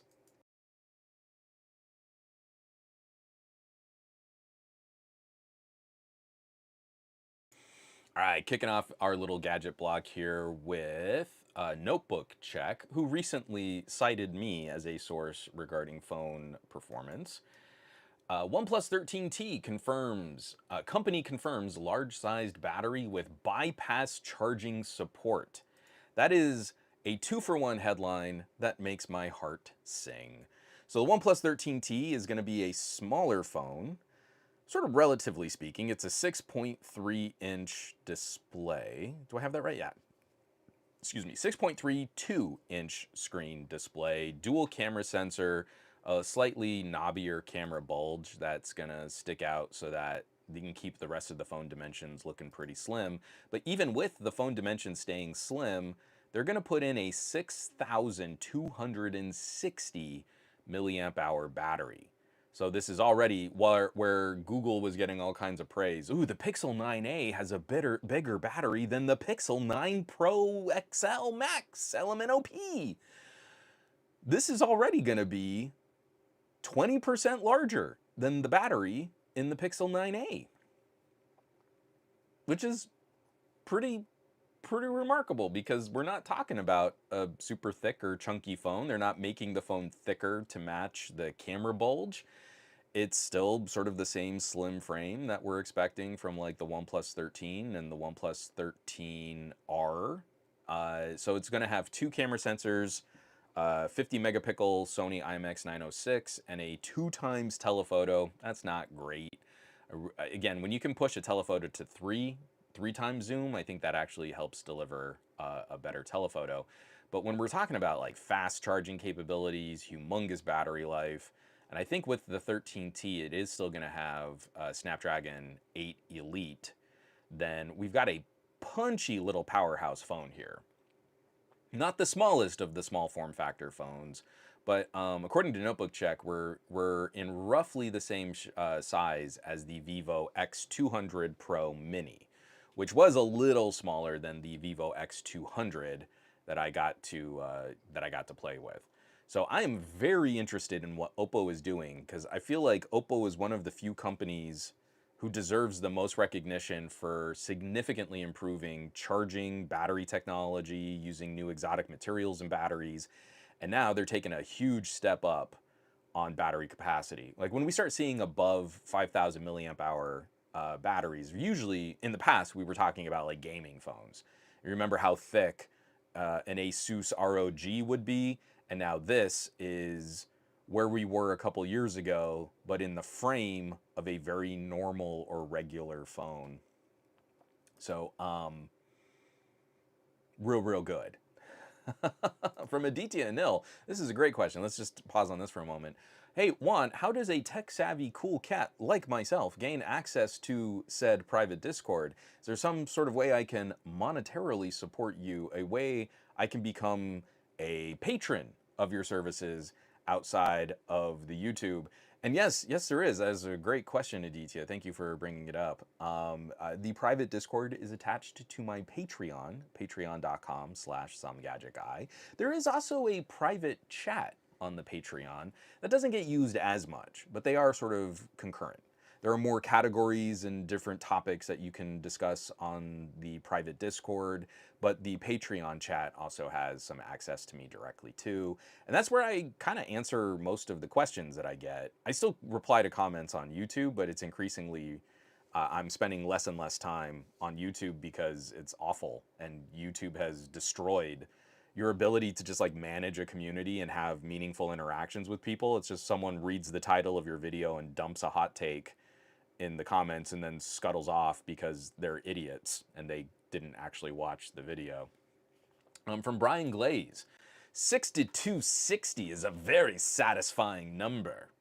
And Farhan, again, near 6,300 milliamp hour on a 6.3-inch screen is quite impressive. And JGJ saying it's silicon carbide, correct? Or, silicon carbon, correct? And I believe all of their new batteries are silicon carbon. So that's also kind of interesting is when we look at, we talked about this a couple weeks back. So before, how we would get to these radically fast charging speeds above 65 watts, if it was an 80 watt, if it was a 90 watt, what we were really doing is we had a split battery cell.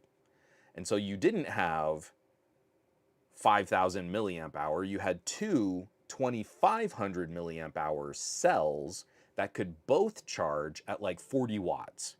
And that's the equivalent of 80 watt fast charging. You're filling up both cells faster. This also allowed our phones to run cooler while charging faster. But these new silicon carbon batteries are singular. So I'm holding up the OnePlus 13R, and this has a singular battery cell.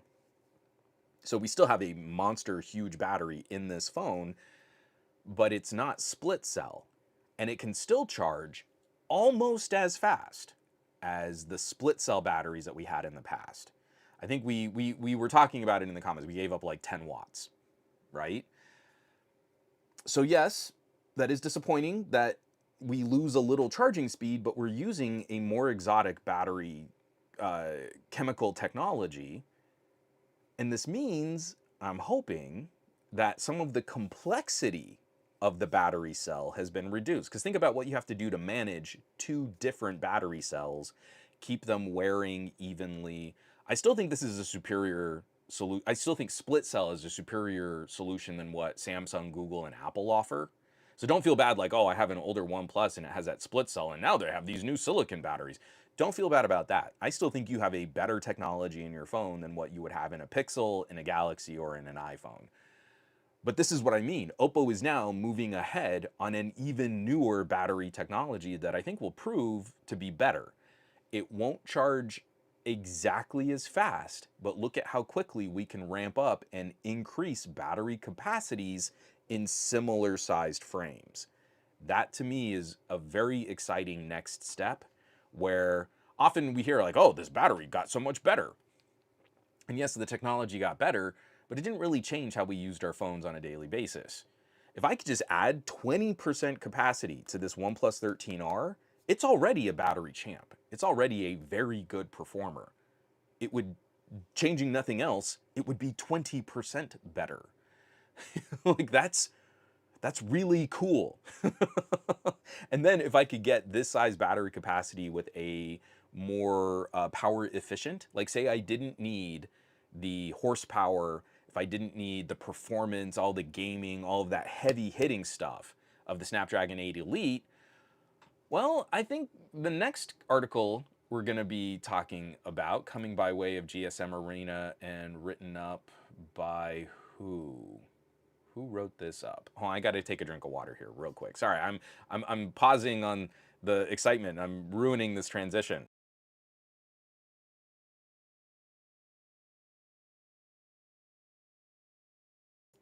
I don't know who wrote this up, but it's on GSM Arena.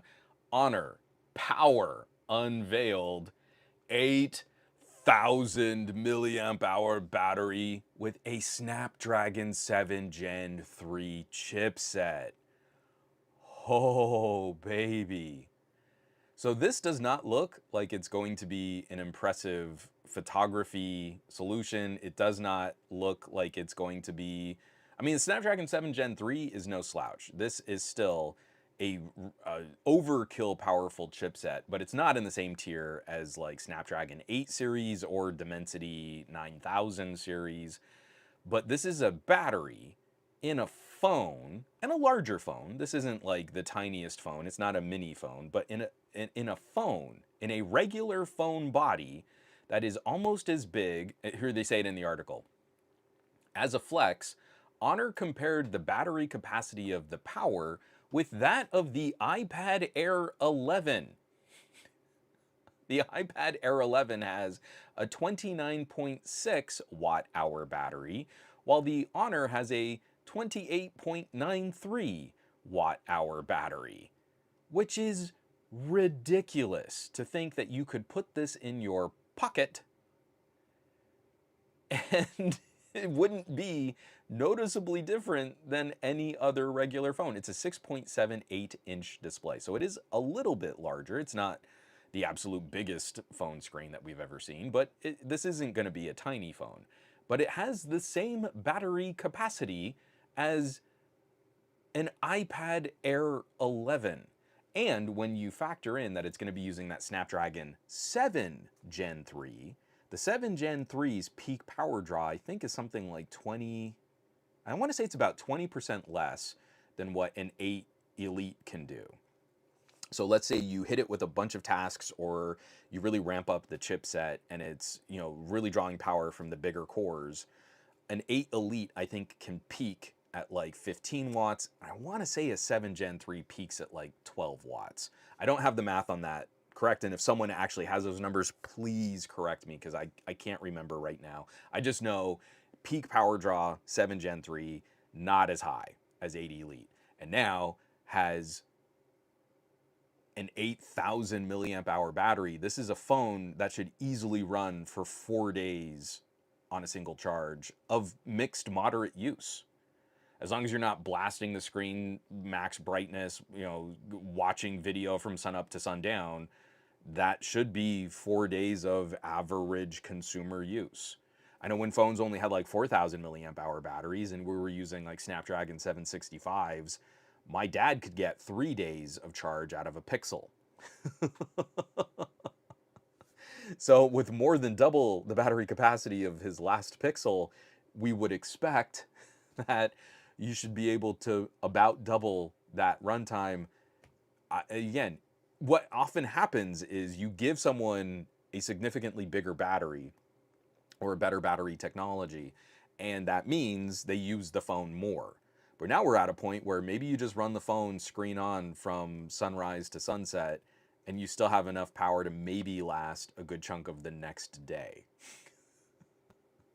And people are going to do that and then complain, how come I don't get 2 days of battery? And it's because you're using it 4 times more than you were before. I love seeing this stuff. The other, I kind of skipped over it, but the other announcement I just wanted to highlight on the OnePlus 13T is power pass-through. So what this will do is, again, this is on Notebook Check, and I'm quoting directly from their article.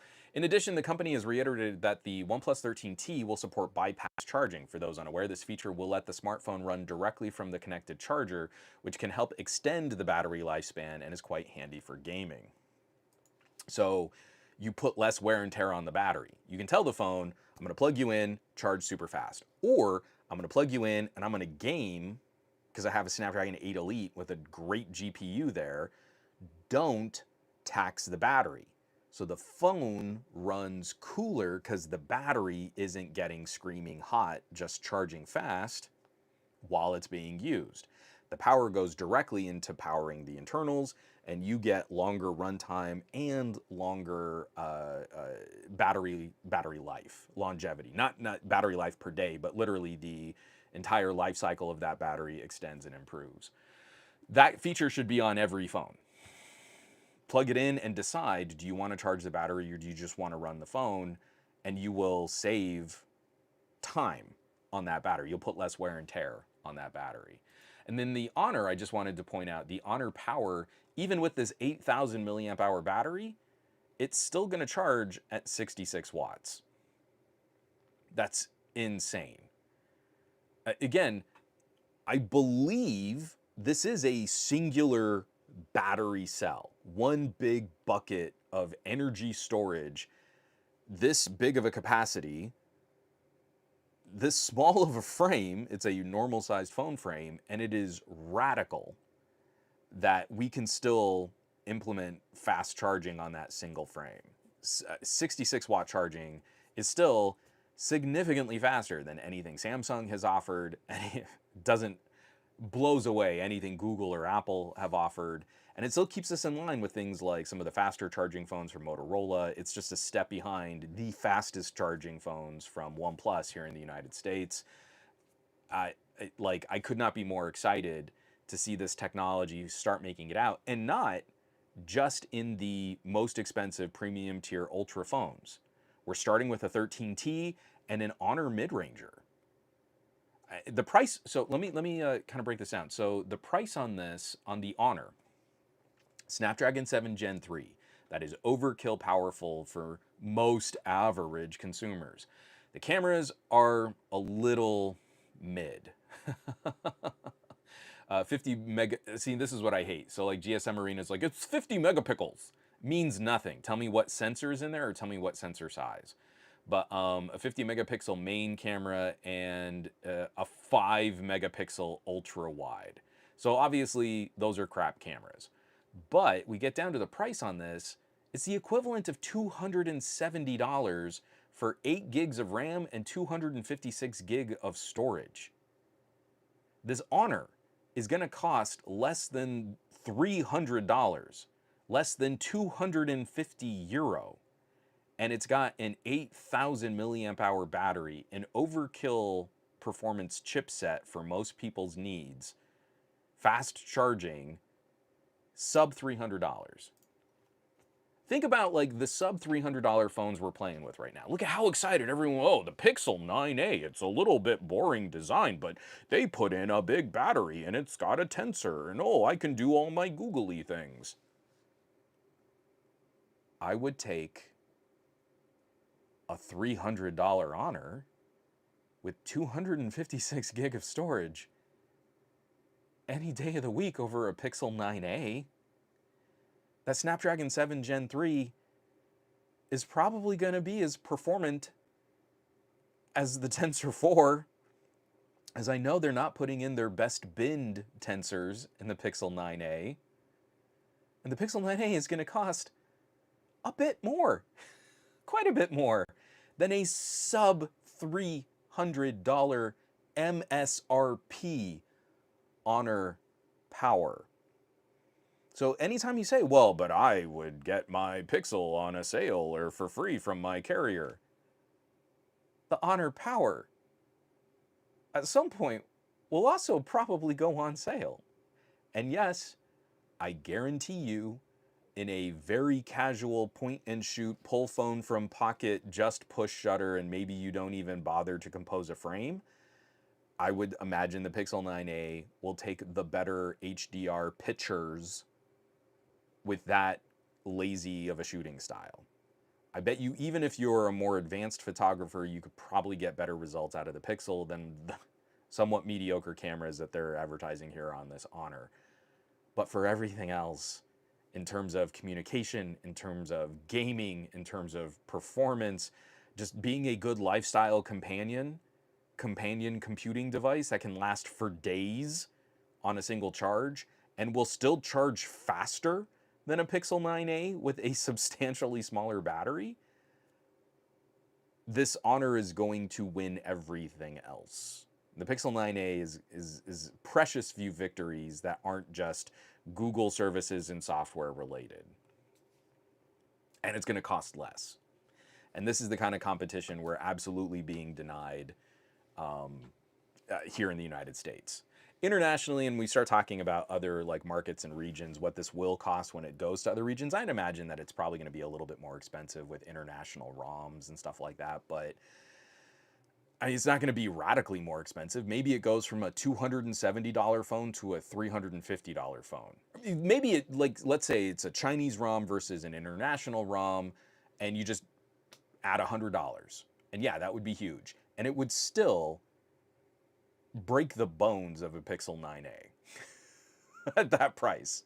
Like at sub $400, oh, that still hurts a Pixel 9a.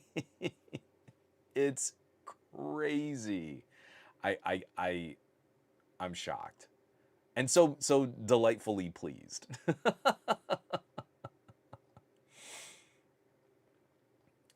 Aditya NL, oh, thank you, Juan, for your suggestion. Looking forward to meeting other tech-savvy cool cats on the Discord, grabbing my credit card right now.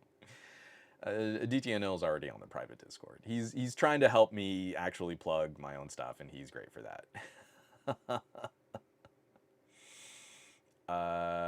Let's see. From Farhan, surely we can get 10,000 milliamp hour on something like an iPad Mini 7 or a Lenovo Legion Tab. So I want to just kind of highlight this because I love how ridiculous these things are, but these are my tank phones, right?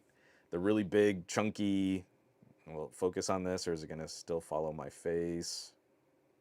There we go. Real big, thick bricks. But I think the smaller tank phone had like a 15,000. Was that it? I don't remember if it was 15 or if it was 12. It wasn't like less than half. This is like a 20,000 milliamp hour battery. But like that's what we used to do when our batteries would get big, starting to get tablet-y batteries in phones. Like we would have this massive frame, and obviously because of the massive frame, they're doing things like adding projectors and built-in fans and all this armor plating. The phone is bigger not just because of the battery, but because they've put so much additional tech in addition to that battery lump to kind of even out the size of it all. Now we're getting to a point where an 8,000 milliamp hour battery is in roughly the same size frame that we would see in any other normal phone. Not here in the United States. Your iPhone, ooh, it's got a huge battery. It's like less than half the size of this Honor Power. So there it goes. Oh, some folks are asking if it's like, if this is like graphene tech, and I don't believe silicon is a graphene battery. Someone more knowledgeable than me will have to contribute to those kinds of conversations. Oh, yeah. From Farhan, it has the same chip as a Moto Edge 50 Pro. It's a shame that Honor didn't include USB 3 with wired video out and Magic Desktop feature. And again, I think it's a huge missed opportunity, especially for the markets that Honor sells in that mid-range. Just think about how they could totally change the demographics on computer use. The Honor Magic Desktop is pretty good. It's not as good as Moto's Screen Share, I guess they call it now. It used to be Ready For. It's not as good as Samsung DeX, but it's really good.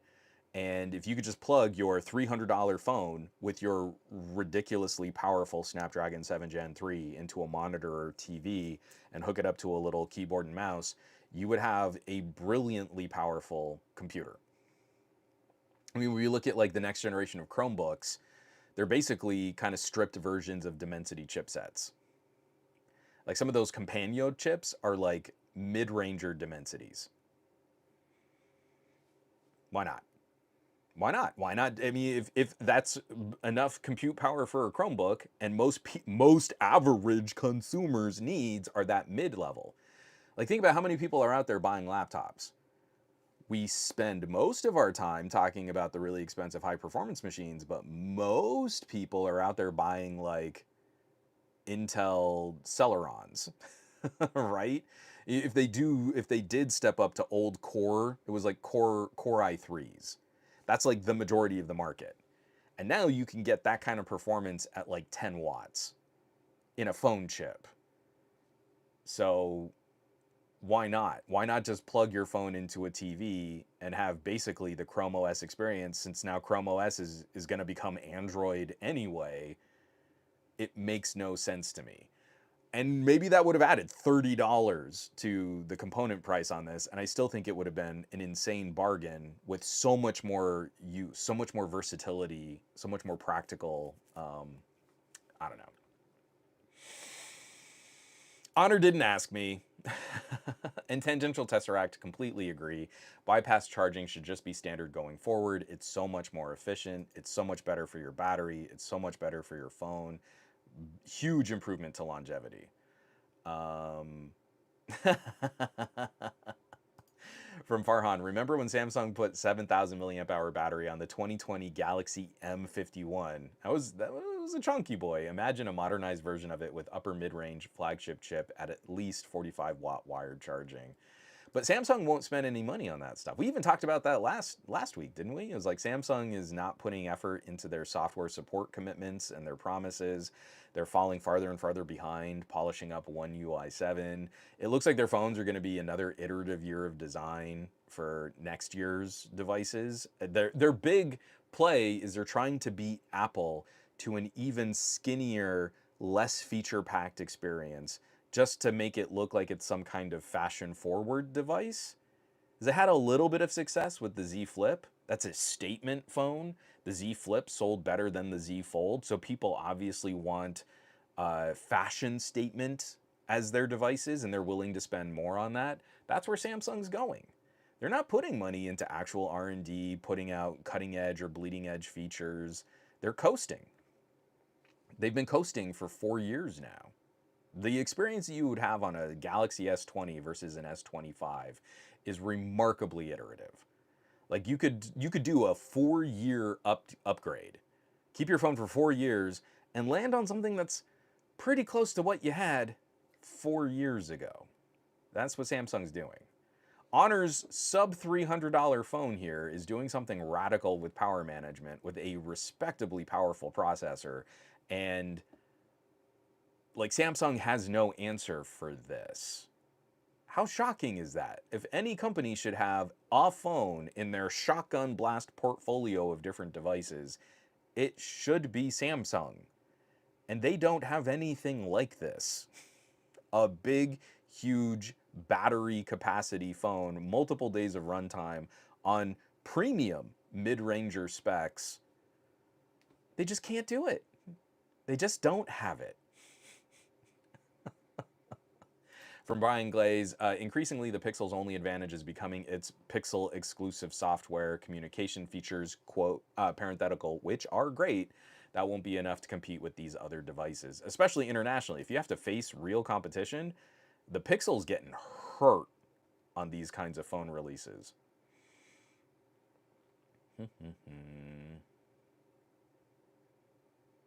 Oh, JGJ, your lips to whatever deity you believe in's ears.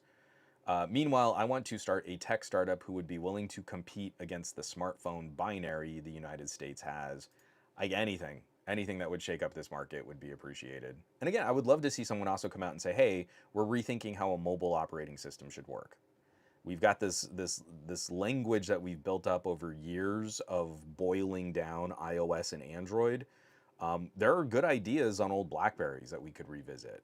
There are good ideas on Palm and WebOS, going back to like the old like Symbian days, taking new projects kind of built on the back of Linux distros.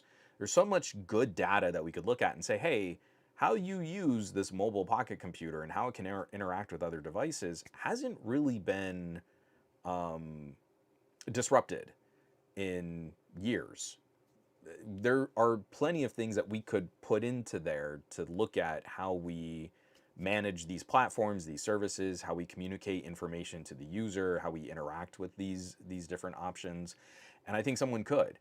It's just unfortunate that we've kind of, especially in the tech press, we've kind of accepted, oh, no, nothing works except what's popular because that's how we get paid.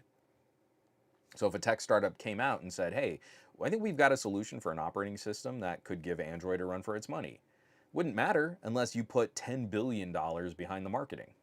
And then tech websites would be interested because there was a lot of awareness of it. They wouldn't have to do any work. They could just piggyback on the commentary and the conversation. So JGJ, it would be awesome. And if you do it, please let me know and I'll talk about it. Or if you find some good solutions, I'll point to them or something.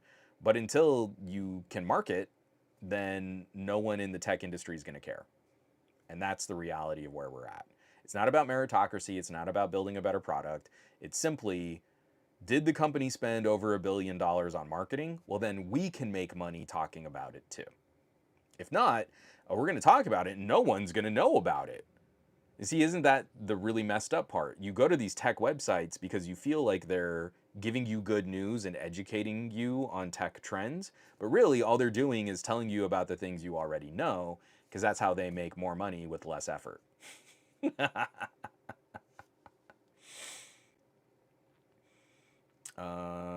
Yeah, a 91 Venom. Sometimes I wish I could just have a BlackBerry Classic with updated cameras and a bigger battery. Yes. Oh, my daughter was trying to, stay up past bedtime, and she was asking Marie about like, when she could have a phone and what was going on, and it got her on a tangent. And she got Marie talking about, well, what were older phones like? And Marie was talking about her old BlackBerry, and she was like, well, that's really more a question for Dad. And she ended up milking us for like another half hour past bedtime. Oh yeah, that's really interesting. You're like, you're 9. Let's not let's not lie that bad. But I was showing her like, here's a BlackBerry. Now here's a BlackBerry Passport. Here's a BlackBerry Key One. Look at, and she's like tapping on the keyboard. It's like, oh yeah, this is great. I showed her my old Apache, the HTC 6700. I showed her what was it called? It was the first HTC branded slider. It wasn't the Edge. I just remember the international version had this like jewel faceted cut out like design on the back plate, and the United States version was just this plain boring rounded gray back panel. But I was showing her like phones used to do all these different things and have all these different like pieces of hardware, and you'd slide the screen up and you had this great QWERTY keyboard, and just we've given up on all of that. We've lost all of the sort of magic and hope and optimism, what tech could do and empower into the future. So I'm going to start like firing those back up. I think what's going to be next is for a short period, I'm going to go back to the Key 1 and just show her like, hey, this is it. And look, you can do all this cool stuff on this phone, and now no phone like this ever exists. Sorry, kid, the future is dull for you.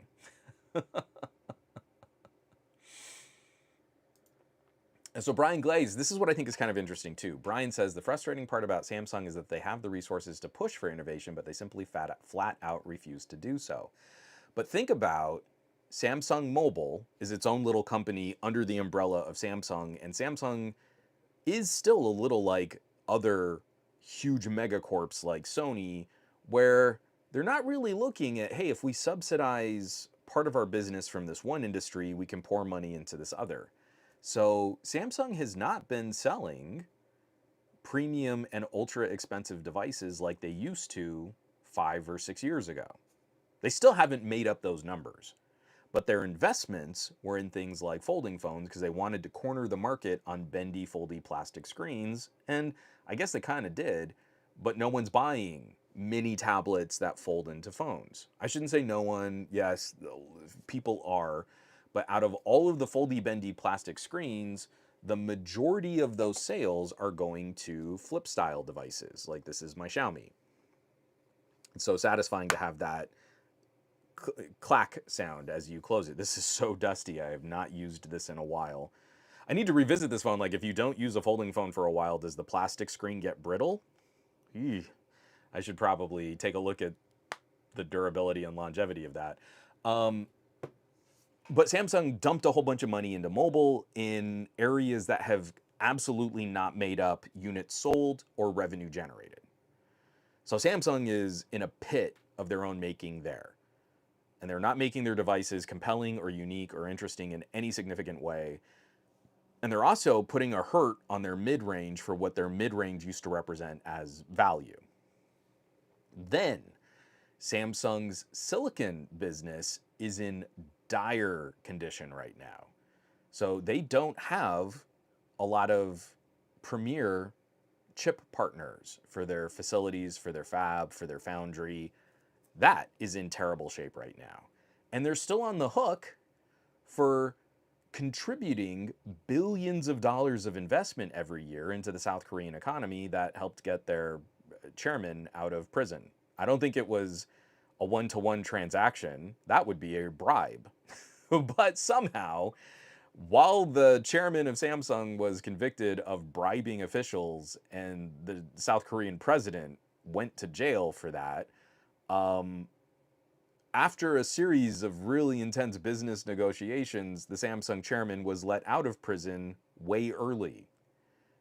He didn't serve much of what he was supposed to serve as a punishment for bribing officials and manipulating the South Korean stock market. So Samsung is hemorrhaging right now. And I think in a small part, that's one of the reasons why they are absolutely coasting on smartphone design.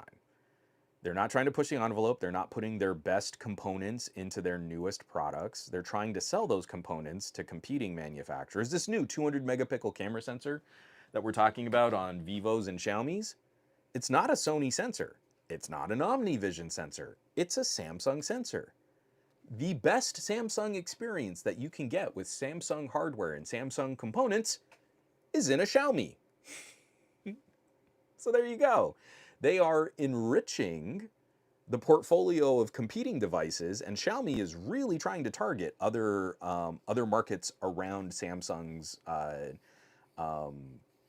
most sort of entrenched solution. So like Xiaomi is now starting to sell more directly in like Australia, right? And that is a direct attack at Samsung's business model because they know Samsung's coasting. They know Samsung does not have an answer for what you can do with a Xiaomi if you say you care about photography. Samsung cannot fight. They cannot win. If you tell me you care about productivity, then Samsung's kind of off in a lead right now with the Ultra, with basically the Galaxy Note 25. Very few other companies can really kind of piggyback on. Yes, Motorola has a stylus-enabled phone, and it looks pretty good. It's a little bit more expensive than it used to be. You seem to get some benefits out of that, but it's still like, it's nice, but it's not as nice as a Galaxy Note. So you're kind of stuck there. If you want something like Dex, it's a Motorola, sort of, maybe an Honor, premium tier phone, maybe, but it's still mostly Samsung's market because you can get like a 3-year-old Galaxy S22. I wouldn't get anything with an 8 Gen 1, but you know what I mean. You could get like an S23 non-ultra, non-plus, and still have a pretty good, a really good computing experience using Dex and that phone. I have a Galaxy S10. That's the last Samsung I ever held on to, and I can still plug that phone into a monitor or TV and have a perfectly respectable home compute terminal on a Snapdragon 855. It's great. So that's the problem. I don't think that Samsung is refusing to. I actually think they can't. I think they can't pour money into a mobile division unless they've got some expectation that they can immediately in 1 year make all the profits. I think they're that hamstrung right now. They got so bloated, so top heavy. The entire tech industry told them they were doing great and that they were the bestest because they spent the most on marketing. And now they're actually stuck in a prison of their own making. And if they were to come out and radically redesign the Galaxy S26 Ultra and put in the absolute best components and charge for what would be a massive retooling, massive redesign, license all of the new technologies that would make them competitive, and put in their own best bits that they have to buy from themselves, that phone would be so prohibitively expensive that Samsung would never make it. I hope I'm wrong, but what have we seen Samsung pivoting towards? Is it a replacement for the Ultra? Is it an improvement to the S Plus line? Phones that are really expensive, over $1,000 for an S Plus, and it's pretty basic what that phone can do.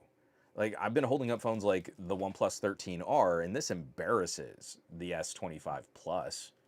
Dollar for dollar, like performance for performance, the expectations on what this thing can do.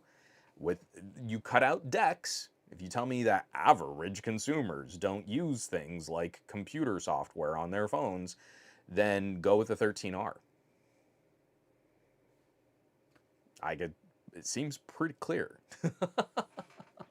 So I bet you there are really really anxious engineers at Samsung that are saying things like, we could blow the doors off the competition, but it would cost.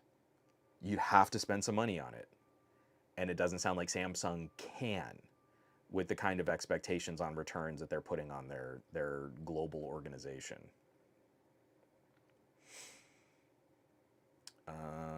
Sorry, there are a lot of comments in here.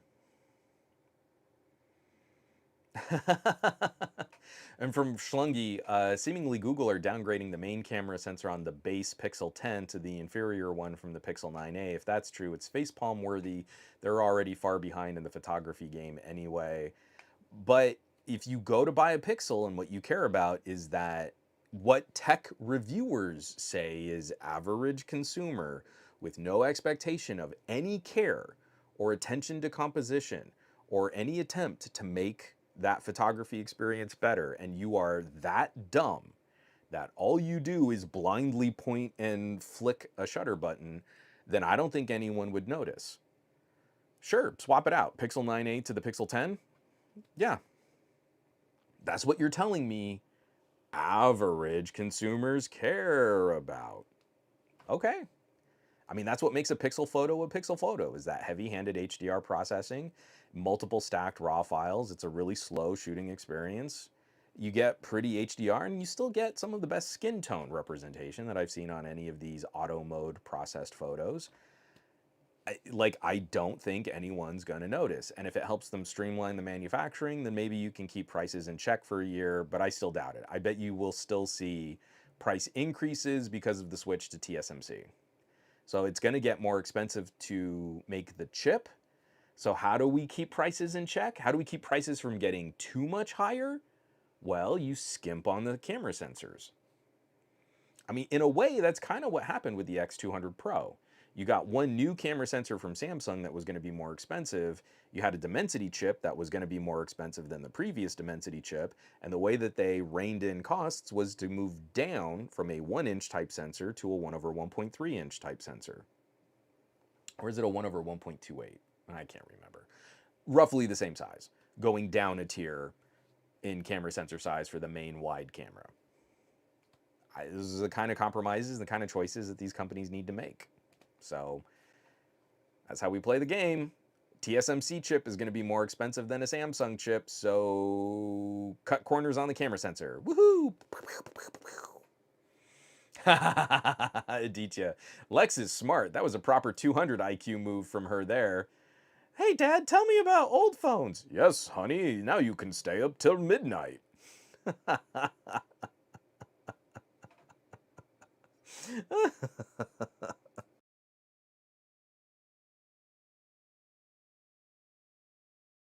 JGJ is saying, isn't Samsung a wing of the South Korean government? No, they're a corporation, but they are so heavily entrenched with the government that it warrants investigation.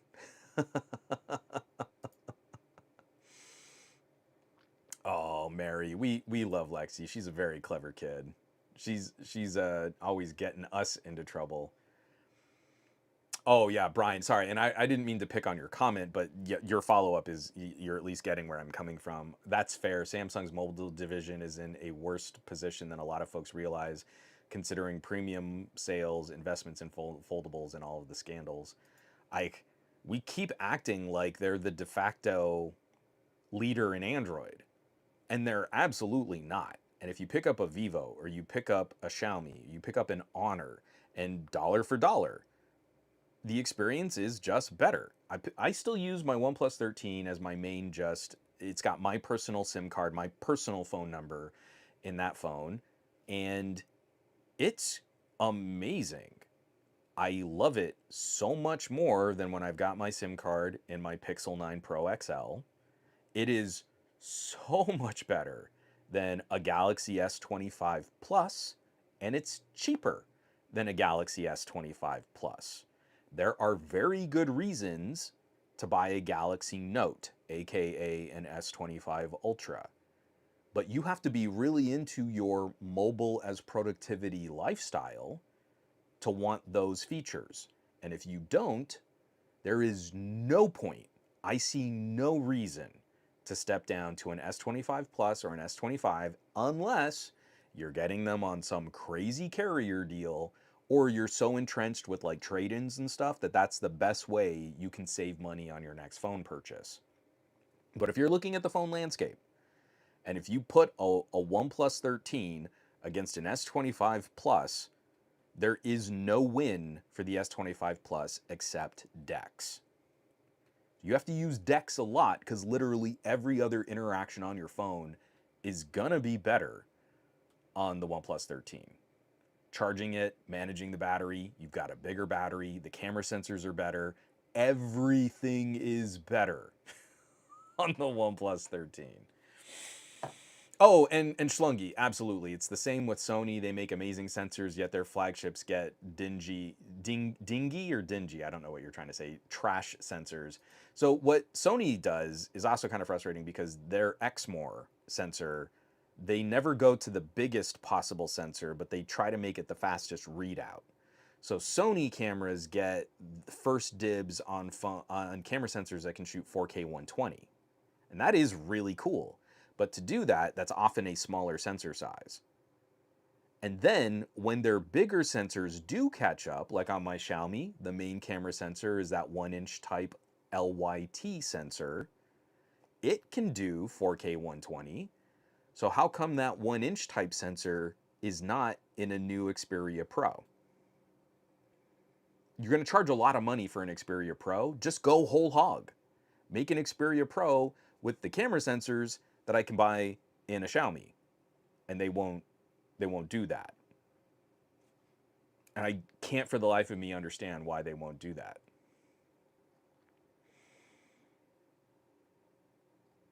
from Jimmy Fire Dragon, and this is funny too. And you could maybe go for the Vivo instead so you don't get delayed updates. So the first phone that got the most recent version of Android, Android 15, the first phone that got a public-facing non-beta, but the real update was my Vivo X100 Pro. The Vivo X100 Pro beat my Pixel 8 Pro to getting Android 15. So even Google isn't really delivering on their promises of what the Pixel is meant to represent. Like, I don't know, y'all, like, what are we doing? Like, this is just getting kind of silly. It really is. Yeah, Joshua W, Jimmy Fire Dragon, that was hilarious. So I did want to point, so I have to scroll back up because I can't remember, again, my brain is like Swiss cheese. As we kind of wrap up this podcast, there was that one question, I did want to comment on it. It was Bradley reminded me, someone was asking how like an X200 Ultra would compare against the Find X8 Ultra, and it's a little complicated. My answer is not going to be very satisfying because they're very different phones that are built to compete in different ways. And yes, they're both photography focused ultra devices, but I really hate the way we do phone comparisons. And if you want a better edited, more concise form of this commentary, please watch my video comparing the telephoto sensor on the Vivo X200 Pro against the telephoto sensor on the Xiaomi 15 Ultra. And even if you're not super into photography, a major part of that discussion is talking about how easy it is to do bad camera comparisons. And so many people want me to hold up two phones and put them side by side, and I took a picture from phone A and a picture from phone B, and one of those pictures is better than the other. And all of those comparisons are so hack. They're so bad. I want to give you an example. Someone who I think does this well, consistently and in earnest, is someone like Nick over at Fandroid. Because I've seen that dude work his butt off to do phone camera comparisons. Very consumer grade, low level, daily life kinds of camera comparisons. But you know what Nick doesn't do?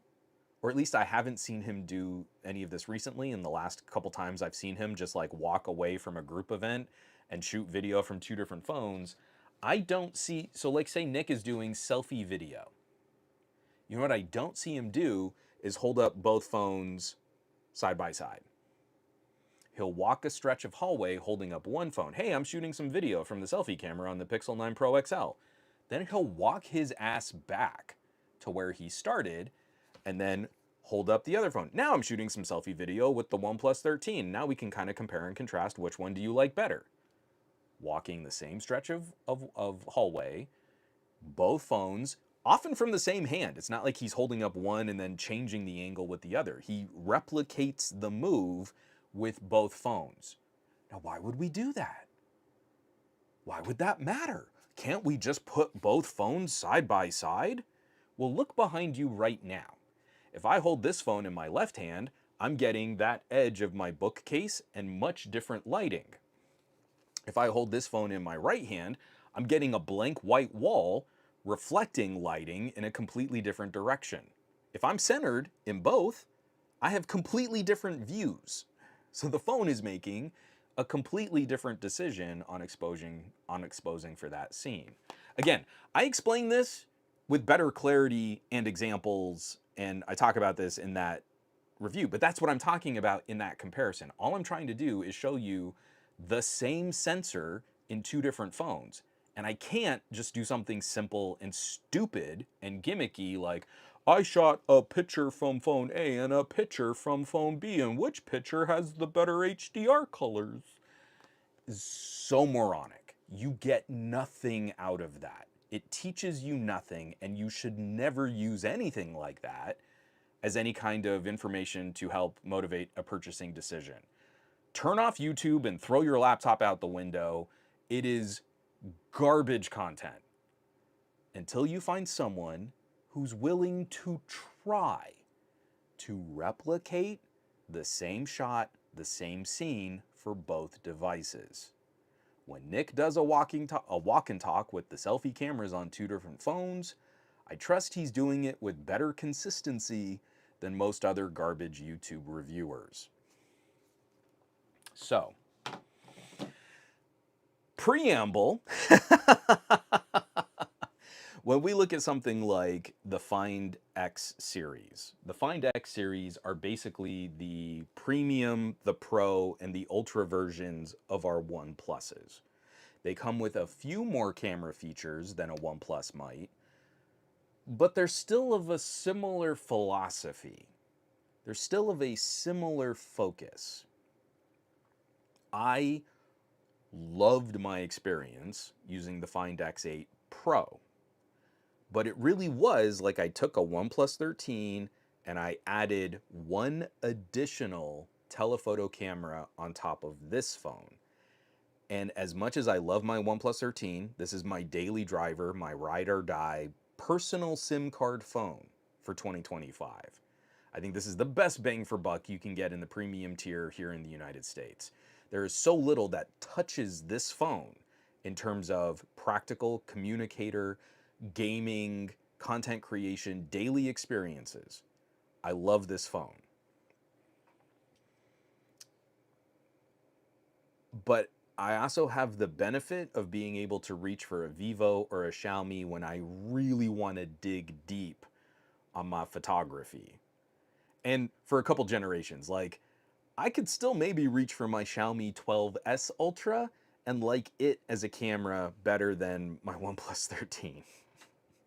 So you have to temper some of my conversation when I talk about photography and I'm really trying to like, man, I want to show you what you can really do with your phones. I'm probably not reaching for a OnePlus 13. The Find X8 Pro is a step better. It's more versatile. It gives you some better capabilities in your macro shots, your telephoto shots. Like it's a more complete package and it deserves to be called a Pro, even though it's so similar to the 13. I wish we got the Find X8 Pro as a 13 Pro, a OnePlus 13 Pro. So from everything that I've seen, and what Oppo is really good at, is streamlining the experience in a pixely kind of way. I don't think Oppo is really the company that's great at delivering all of the granular settings and features and modes and options that a photographer might care about, that a Vivo user will depend on, that a Xiaomi user will require, that an Honor user would really want to know is included in that phone. Oppo, I think, has found a great way to take a step above the Pixel experience. So like on a Pixel, if I switch into RAW capture, the phone kind of lies to me. It does not deliver exactly what I asked it to do. It still does like a composite, stacks of images. It changes your ISO settings. It's not really using your shutter speed. It's just trying to deliver the equivalent of what you told it to do. When I shoot RAW, or I shoot in the manual mode on my OnePlus 13, it does exactly what I tell it to do. But beyond that, it's missing a lot of the things, especially in video. It's missing a lot of the things that I love on Vivo and Xiaomi. So when you ask someone like me, I think the Oppo is the most accessible ultra device that you can shoot on. It's going to be the easiest to get up and running with some of the best camera sensors that Oppo can buy in one of the best packages that Oppo can put together. But I feel, because I haven't lived with one, I've played with 2 of them now. I've gotten to handle them and take a couple photos and dig through menus and options and settings. You should absolutely be following the work of some of my friends like TK Bay. but I feel I run into the limits of Oppo software sooner than I do on Vivo.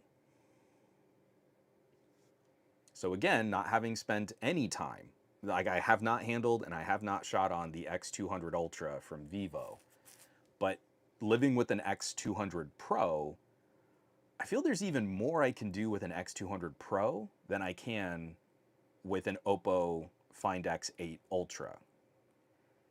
In that same way that the X200 Pro can go toe-to-toe with my Xiaomi 15 Ultra, it punches well above its price tag. So I would imagine that the Ultra is also giving us some additional capabilities and headroom above that too. The subtle tweaks to the lens design on the X200's telephoto, the improved camera sensor, the larger camera sensor on the ultra wide, the new focal length, the 35mm equivalent focal length on the X200 Ultra makes it feel like a more photographer phone. But it won't be as easy to get into. It won't be as easy to get started. I think the Oppo's gonna do a better job of holding your hand, and then you really wanna start looking at other camera apps to kind of push beyond what the Oppo will deliver. You maybe want the Blackmagic camera app instead of the normal Oppo video camera app, because I hate what Oppo does for pro video. Just get rid of it, just circumvent it. But I can shoot in the Vivo camera app and be pretty well satisfied until I'm doing really like I need very specific features or I need very specific settings to control. Then I still need to step out and hit the Blackmagic camera app. So that's kind of the vibe. I mean, you're gonna have a bunch of people saying, oh, it's this versus this. But one of the most difficult things to kind of take into account is, how do you compare the main sensors on the Oppo versus the Vivo? They're different focal lengths. You're immediately getting noticeably different scenes, noticeably different views. It's going to have noticeably different impacts on processing, and both of them have different aspects to how they process anyway. You're not really comparing. You would not pick up a standalone camera, my other Lumix is across the room, and say, but what about a 20mm lens versus a 35mm lens? No one would review those two lenses like that. Like the way that we just hold up two phones and take two pictures and say, okay, well, that's, which one did you like better? That is so moronic. So I'm hoping that we'll see a few other like photographers, like actual legit photography focused channels, maybe take a look at phones like the X200 Ultra or the Oppo Find X8 Ultra. The other ultra tier phones are deserving of that kind of criticism and that kind of review from legit photographers, because they'll be looking for things that I think are far more interesting and a lot more nuanced than what tech reviewers are going to do. And I hope beyond just, well, I used the portrait mode and I compared it against a real portrait lens on my camera. It's fun. You get to see pretty photos of models, but that's not really going to teach you about what the two phones can do. So anytime that there's ever a phone comparison, I'm probably going to be one of the worst guys to join that conversation now, because I fundamentally disagree with how the traditional phone conversation is staged. How we traditionally compare phones is now meaningless in application when there are so many structural differences between some of these top ultra options. If I have the same focal length, at least I can kind of create the same frame, so we have an oranges to oranges comparison between those two devices. And the second you change things like that, what are we comparing? I mean, if it's just that you want to see two photos from the same phone of me standing in the same place, cool, but is that really going to help you make any kind of informed, is it even just going to educate you? Except to say, now I know how they look different. And you don't need me to actually go and do it. You just know in your brain it's gonna look different. It's a waste of my time, and you didn't get much out of it unless what you were really hoping is you liked the photos from one phone better. But literally, that changes because now I can do something. Oh, this has a 35 and this has a 23. Well, couldn't I just walk in closer? What does that look like? Now I need to spend even more time doing comparison photos of matching the field of view, but the optical distortion is different. So now you'll see, well, I got closer to someone with a wider lens, that changes the shape of their face. Okay, I guess that matters. What if I did a software crop instead? Well, are we getting the same kind of perceived detail? And now I need to do even more comparisons. If I zoom into a 35 from a 23 and I crop information, does that degrade image quality enough that you'd care? It's not what you think it is. But from a general broad philosophy standpoint, I would believe the Vivo will offer a more photographer focused package, and the Oppo will use the best camera hardware that Oppo can acquire in an easier to use platform than what Vivo or Xiaomi would do. Those are my guesses. From years of handling this stuff, that's my hypothesis.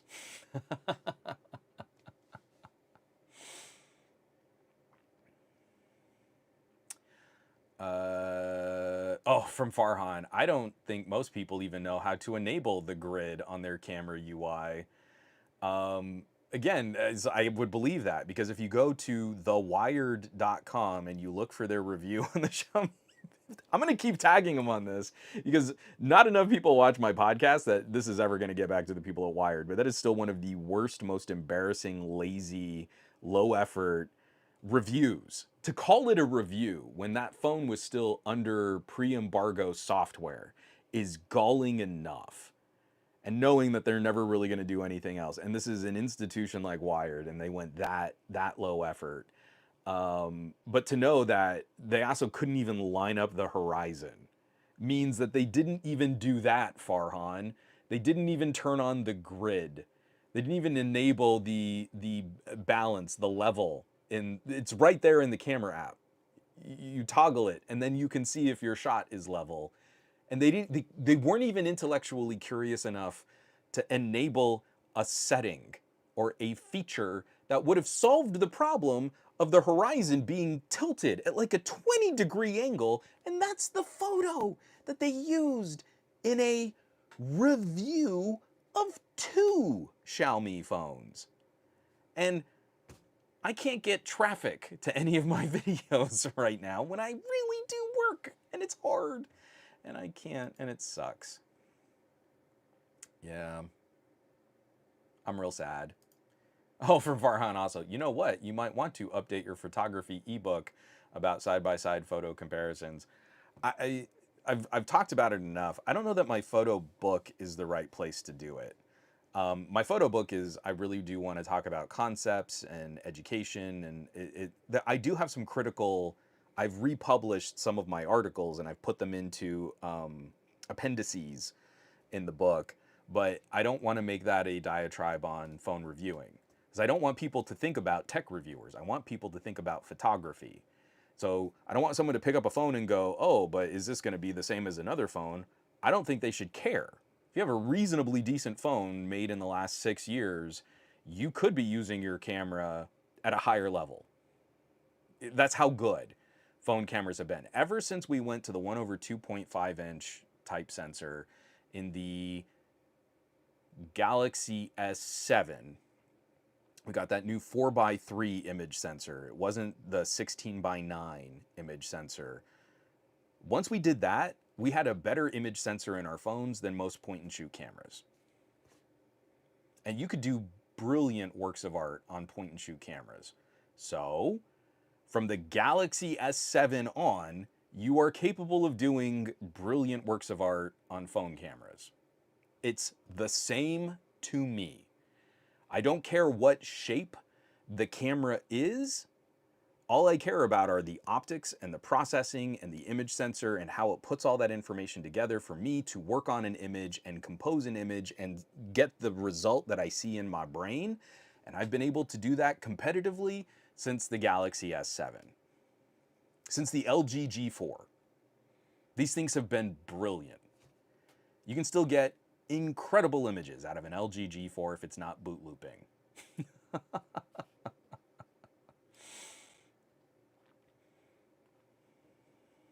Oh, Jermaine does a really good job. Was it through Jermaine's lens? I think that's what he's calling it. But a DTNL says, I think Jermaine does a better job with the photography aspects of these ultra phones than most other tech reviewers. And again, Jermaine does a lot more comparing than even I have a stomach for. And there are some times where I don't agree. But I feel like Jermaine approaches it with some consistency, and I don't see Jermaine doing the laziest hack version of that. I think he's putting in some good work. I feel bad for some of the tech reviewers that I think have built themselves into a position where they have to do these increasingly ridiculous comparisons, and they're trying to do it with the least amount of work, least amount of time, and least amount of effort.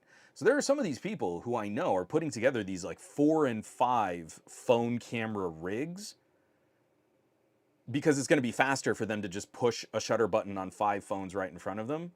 And they're trying to actually bring something to their audience, and they are working hard to deliver this kind of commentary, but it's essentially meaningless.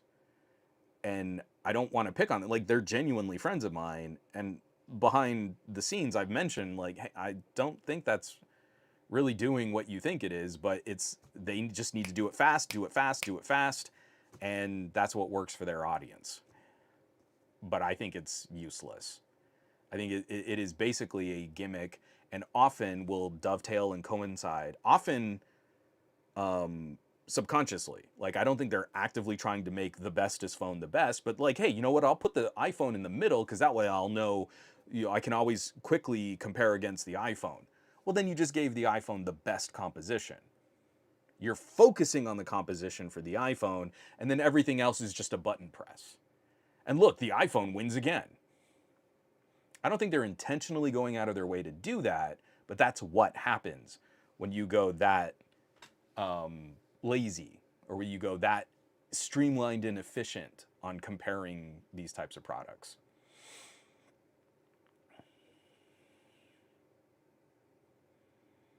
Oh, and Skrizekwickazol is actually kind of joining me on that. Oppo is a more all-rounded flagship, not only photocentric like the Vivo. I kind of agree. I feel like Vivo gets a bad rap because FunTouch used to be so awful, but now I think Vivo is just as competitive as any of the other offerings. I don't think they're quite as colorful or as playful as what Oppo is doing with Color OS and Oxygen OS on OnePlus. But the most recent updates to FunTouch have caught them up significantly.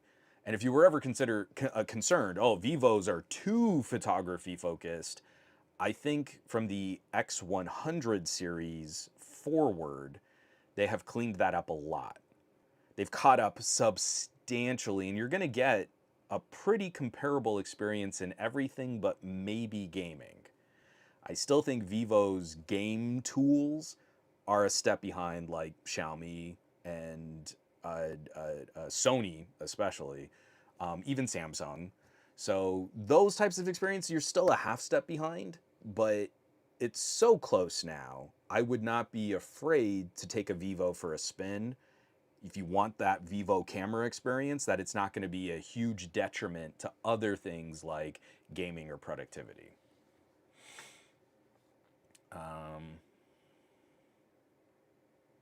From Bradley Larcher, I watched the Vivo X200 Ultra launch this morning, and it has a 35mm focal length by default. Yes. So it's a 35mm focal length equivalent. It's a 1/1.3 inch type sensor, which, what is that? I want to say it's like a crop factor of 3.5. So I think it's really a 10mm lens. So it has I think somewhere around a 10mm lens, and then the crop factor on that sensor makes it the equivalent of a 35, but it is natively a 35mm equivalent. That's weird to say. It is natively not a 35mm lens, but it looks like one.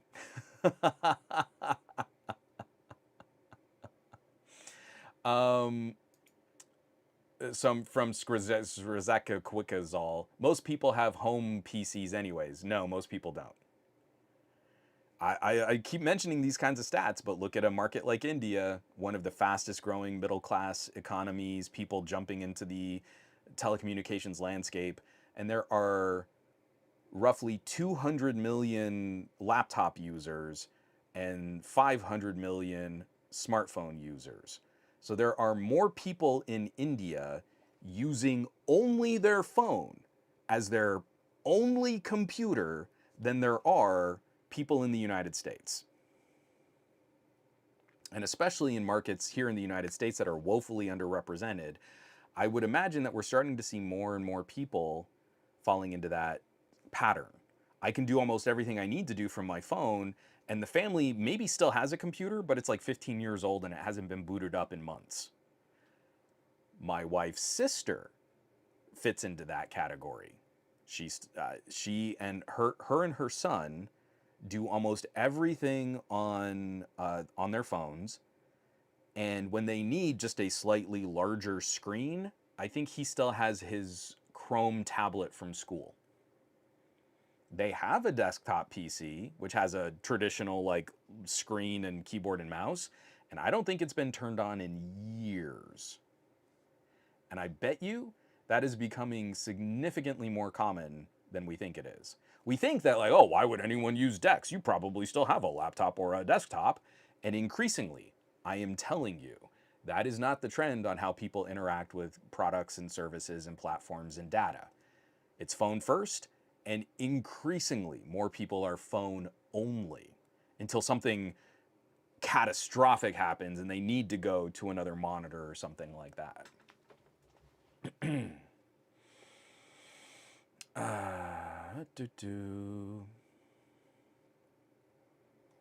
I lost that. There we go. So I just saw the time.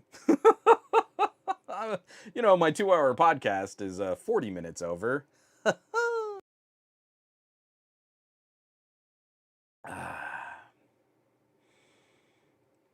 So in Farhan, this is what's confusing. So replying to Bradley, it looks like the ZTE has a company. Oh, it looks like the ZTE has a company in the 35 millimeter ship. I don't know exactly what you're trying to say, but the ZTE is using a 35 millimeter equivalent lens, but it's using an even smaller sensor than what's in the Vivo. So you can make that easier. To make a 35 millimeter lens, it's got to protrude more than a 23 millimeter equivalent lens at the same sensor size. So if you want it to protrude less, you can use a smaller sensor to get a different crop factor that means that the camera housing doesn't need to be as pokey. It doesn't need to stick out as much. So let me just look it up. So if I go to GSM, I know I'm wrapping up. I'm totally going to wrap up this podcast here in just a second, but that's a point that I do want to check out. Nubia.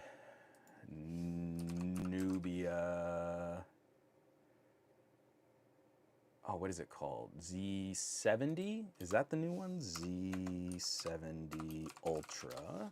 And I think it's, I want to say it's still like a 1/1.7, but I could be wrong. No, they did make it a little bit bigger. So the main camera sensor on the Nubia, which was released back in November of 2024, is a 1/1.56. That is significantly smaller than the 1/1.3 that's in the Vivo, which is also significantly smaller than a 1-inch type sensor.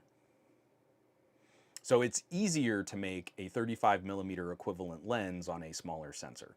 You need less glass. It doesn't need to stick out as far.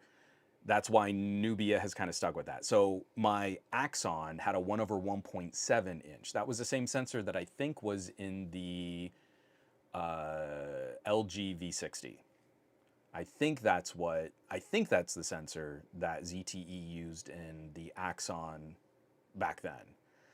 And so it was easier to make that a 35 millimeter equivalent lens because it's a smaller sensor. The smaller you make the sensor, the more the telephoto aspect is exaggerated. And it changes your crop factor, it changes your equivalence. Okay. From Wikizal, sure, but then what is the chance that good people from India will have tools to use DeX? Probably is Windows small to none.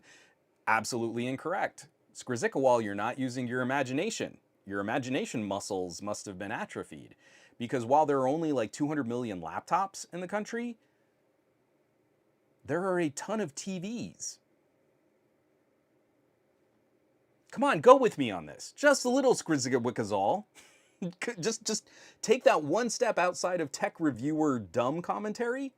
Oh, who would ever do something like that on their phone? Anyone with a TV. There are whole channels in India that are dedicated to nothing but streaming web content because they still haven't done 4G rollouts in rural India. But they know that there are people watching TV. So they have whole broadcast channels showing YouTube videos so that people can watch YouTube on their TVs even though they don't have data. So if you've got over 1 billion people in India and more people have TVs than phones or laptops combined, and you started selling them phones that could plug into their TVs, what do you think would happen? Come on, just take the extra step. I know you can get there.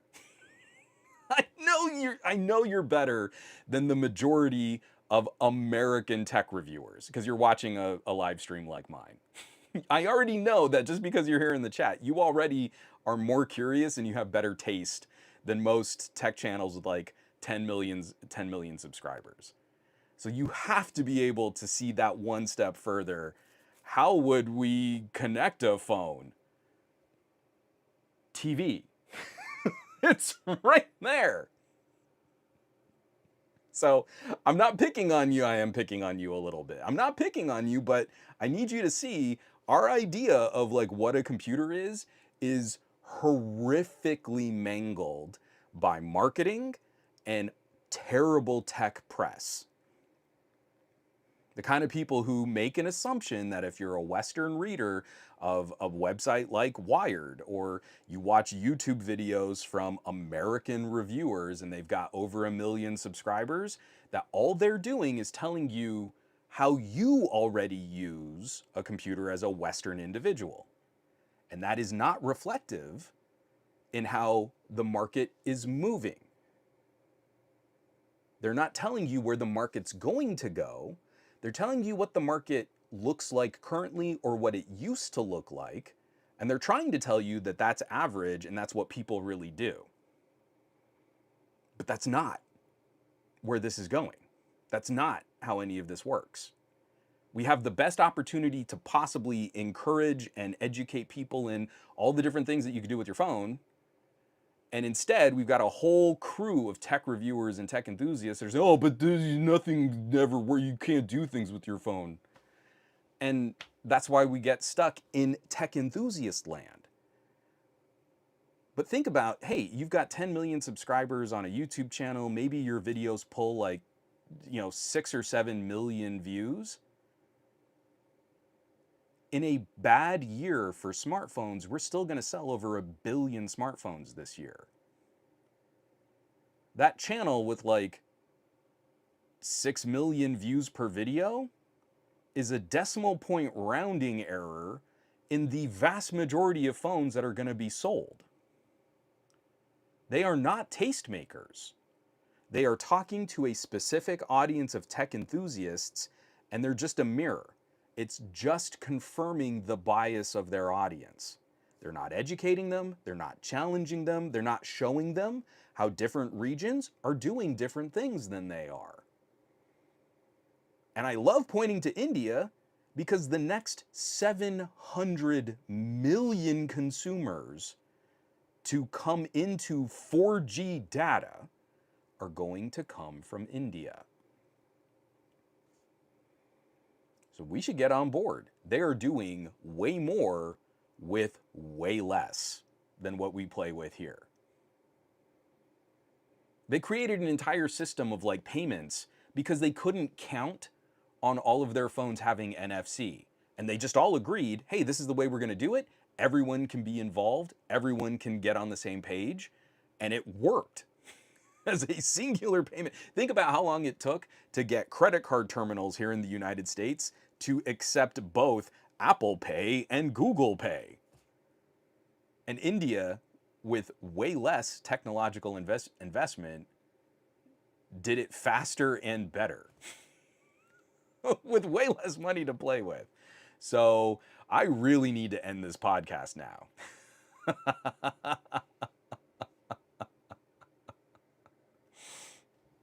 I love it.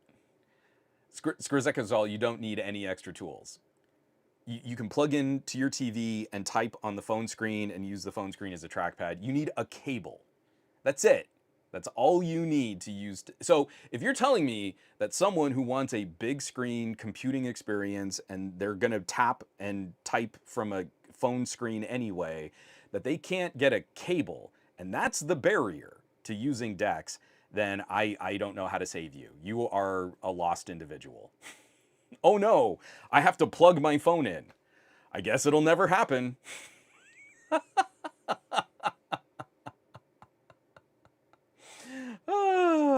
I love it. So, folks, stay tuned. There's going to be a whole bunch of stuff out for the channel. I have no idea what's coming. I really don't. I'm going to get back into the flow here. I'm probably going to do a write-up on my experiences just doing this last road trip and how, kind of what I said here in this podcast, but maybe more succinctly edited. Just that it is kind of troubling how big the communities can be that can fall through the cracks. And something like that happening in Gallup while we were in Gallup, New Mexico was very disappointing and very troubling. It's concerning to see our infrastructure literally is crumbling, and we're still debating whether or not people are being excluded. The answer is yes. And we still don't know how many people don't have access to 21st century communication standards like email. So we got to work on that. We have so much work to do. But there will also be some fun things too. I'm playing with some speakers. I've got lots of phones here on my table. I got some stuff that I can't talk about because it's still under embargo. And I think it's time to also start cycling in some follow-ups. I leaned on my Surface Laptop 7 a lot over the last couple weeks, especially as it gets really hot in the office and I hate working in front of this big, huge workstation in a hot room. And then like I'd fire something up on the Surface, like, man, this thing just keeps getting better. I loved it when I first got it, and now updates and driver updates and graphics updates, it really is the best laptop I've ever owned. And I really feel like I haven't talked about that enough, even though I'm trying not to do everything as a comparison. Like, if what you're trying to achieve is a better performance per watt on a machine that runs cooler and quieter, is kind of one of the best ways to do it in Windows land. So I think I might spend some time on some of those topics too. But I'll also probably throw in a video about some One More headphones. So, folks, I need everybody out there to have an incredible week. I want you to do awesome with your technology. I want you to be awesome with your technology. And I want you to try and do one simple thing. If you have a phone that can put video out, I want you to see if you have a cable that can plug it into a TV. And let's see, what is the barrier to you getting an image from your phone onto a TV?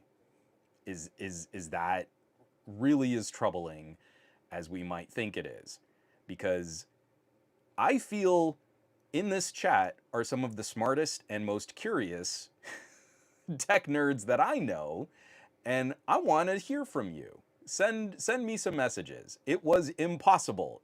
It was difficult. I had to buy a $15 adapter, whatever it is. You tell me if your phone that can put video out could get an image on a TV, and we'll take it from there. I'll read some of the replies next week on the podcast if I get any. And you should all know how to reach out to me by now if you don't know already. So, take care of yourselves. Keep taking care of yourselves and your mental health so you can keep taking care of others and be the awesome tech neighbors I know you can be. And I'll catch you back here next week for another episode of the Monday Morning Tech Chat Show on the SGGQA podcast channel. Be safe, keep your head down, keep doing the good work, and I'll catch you back. I love you all.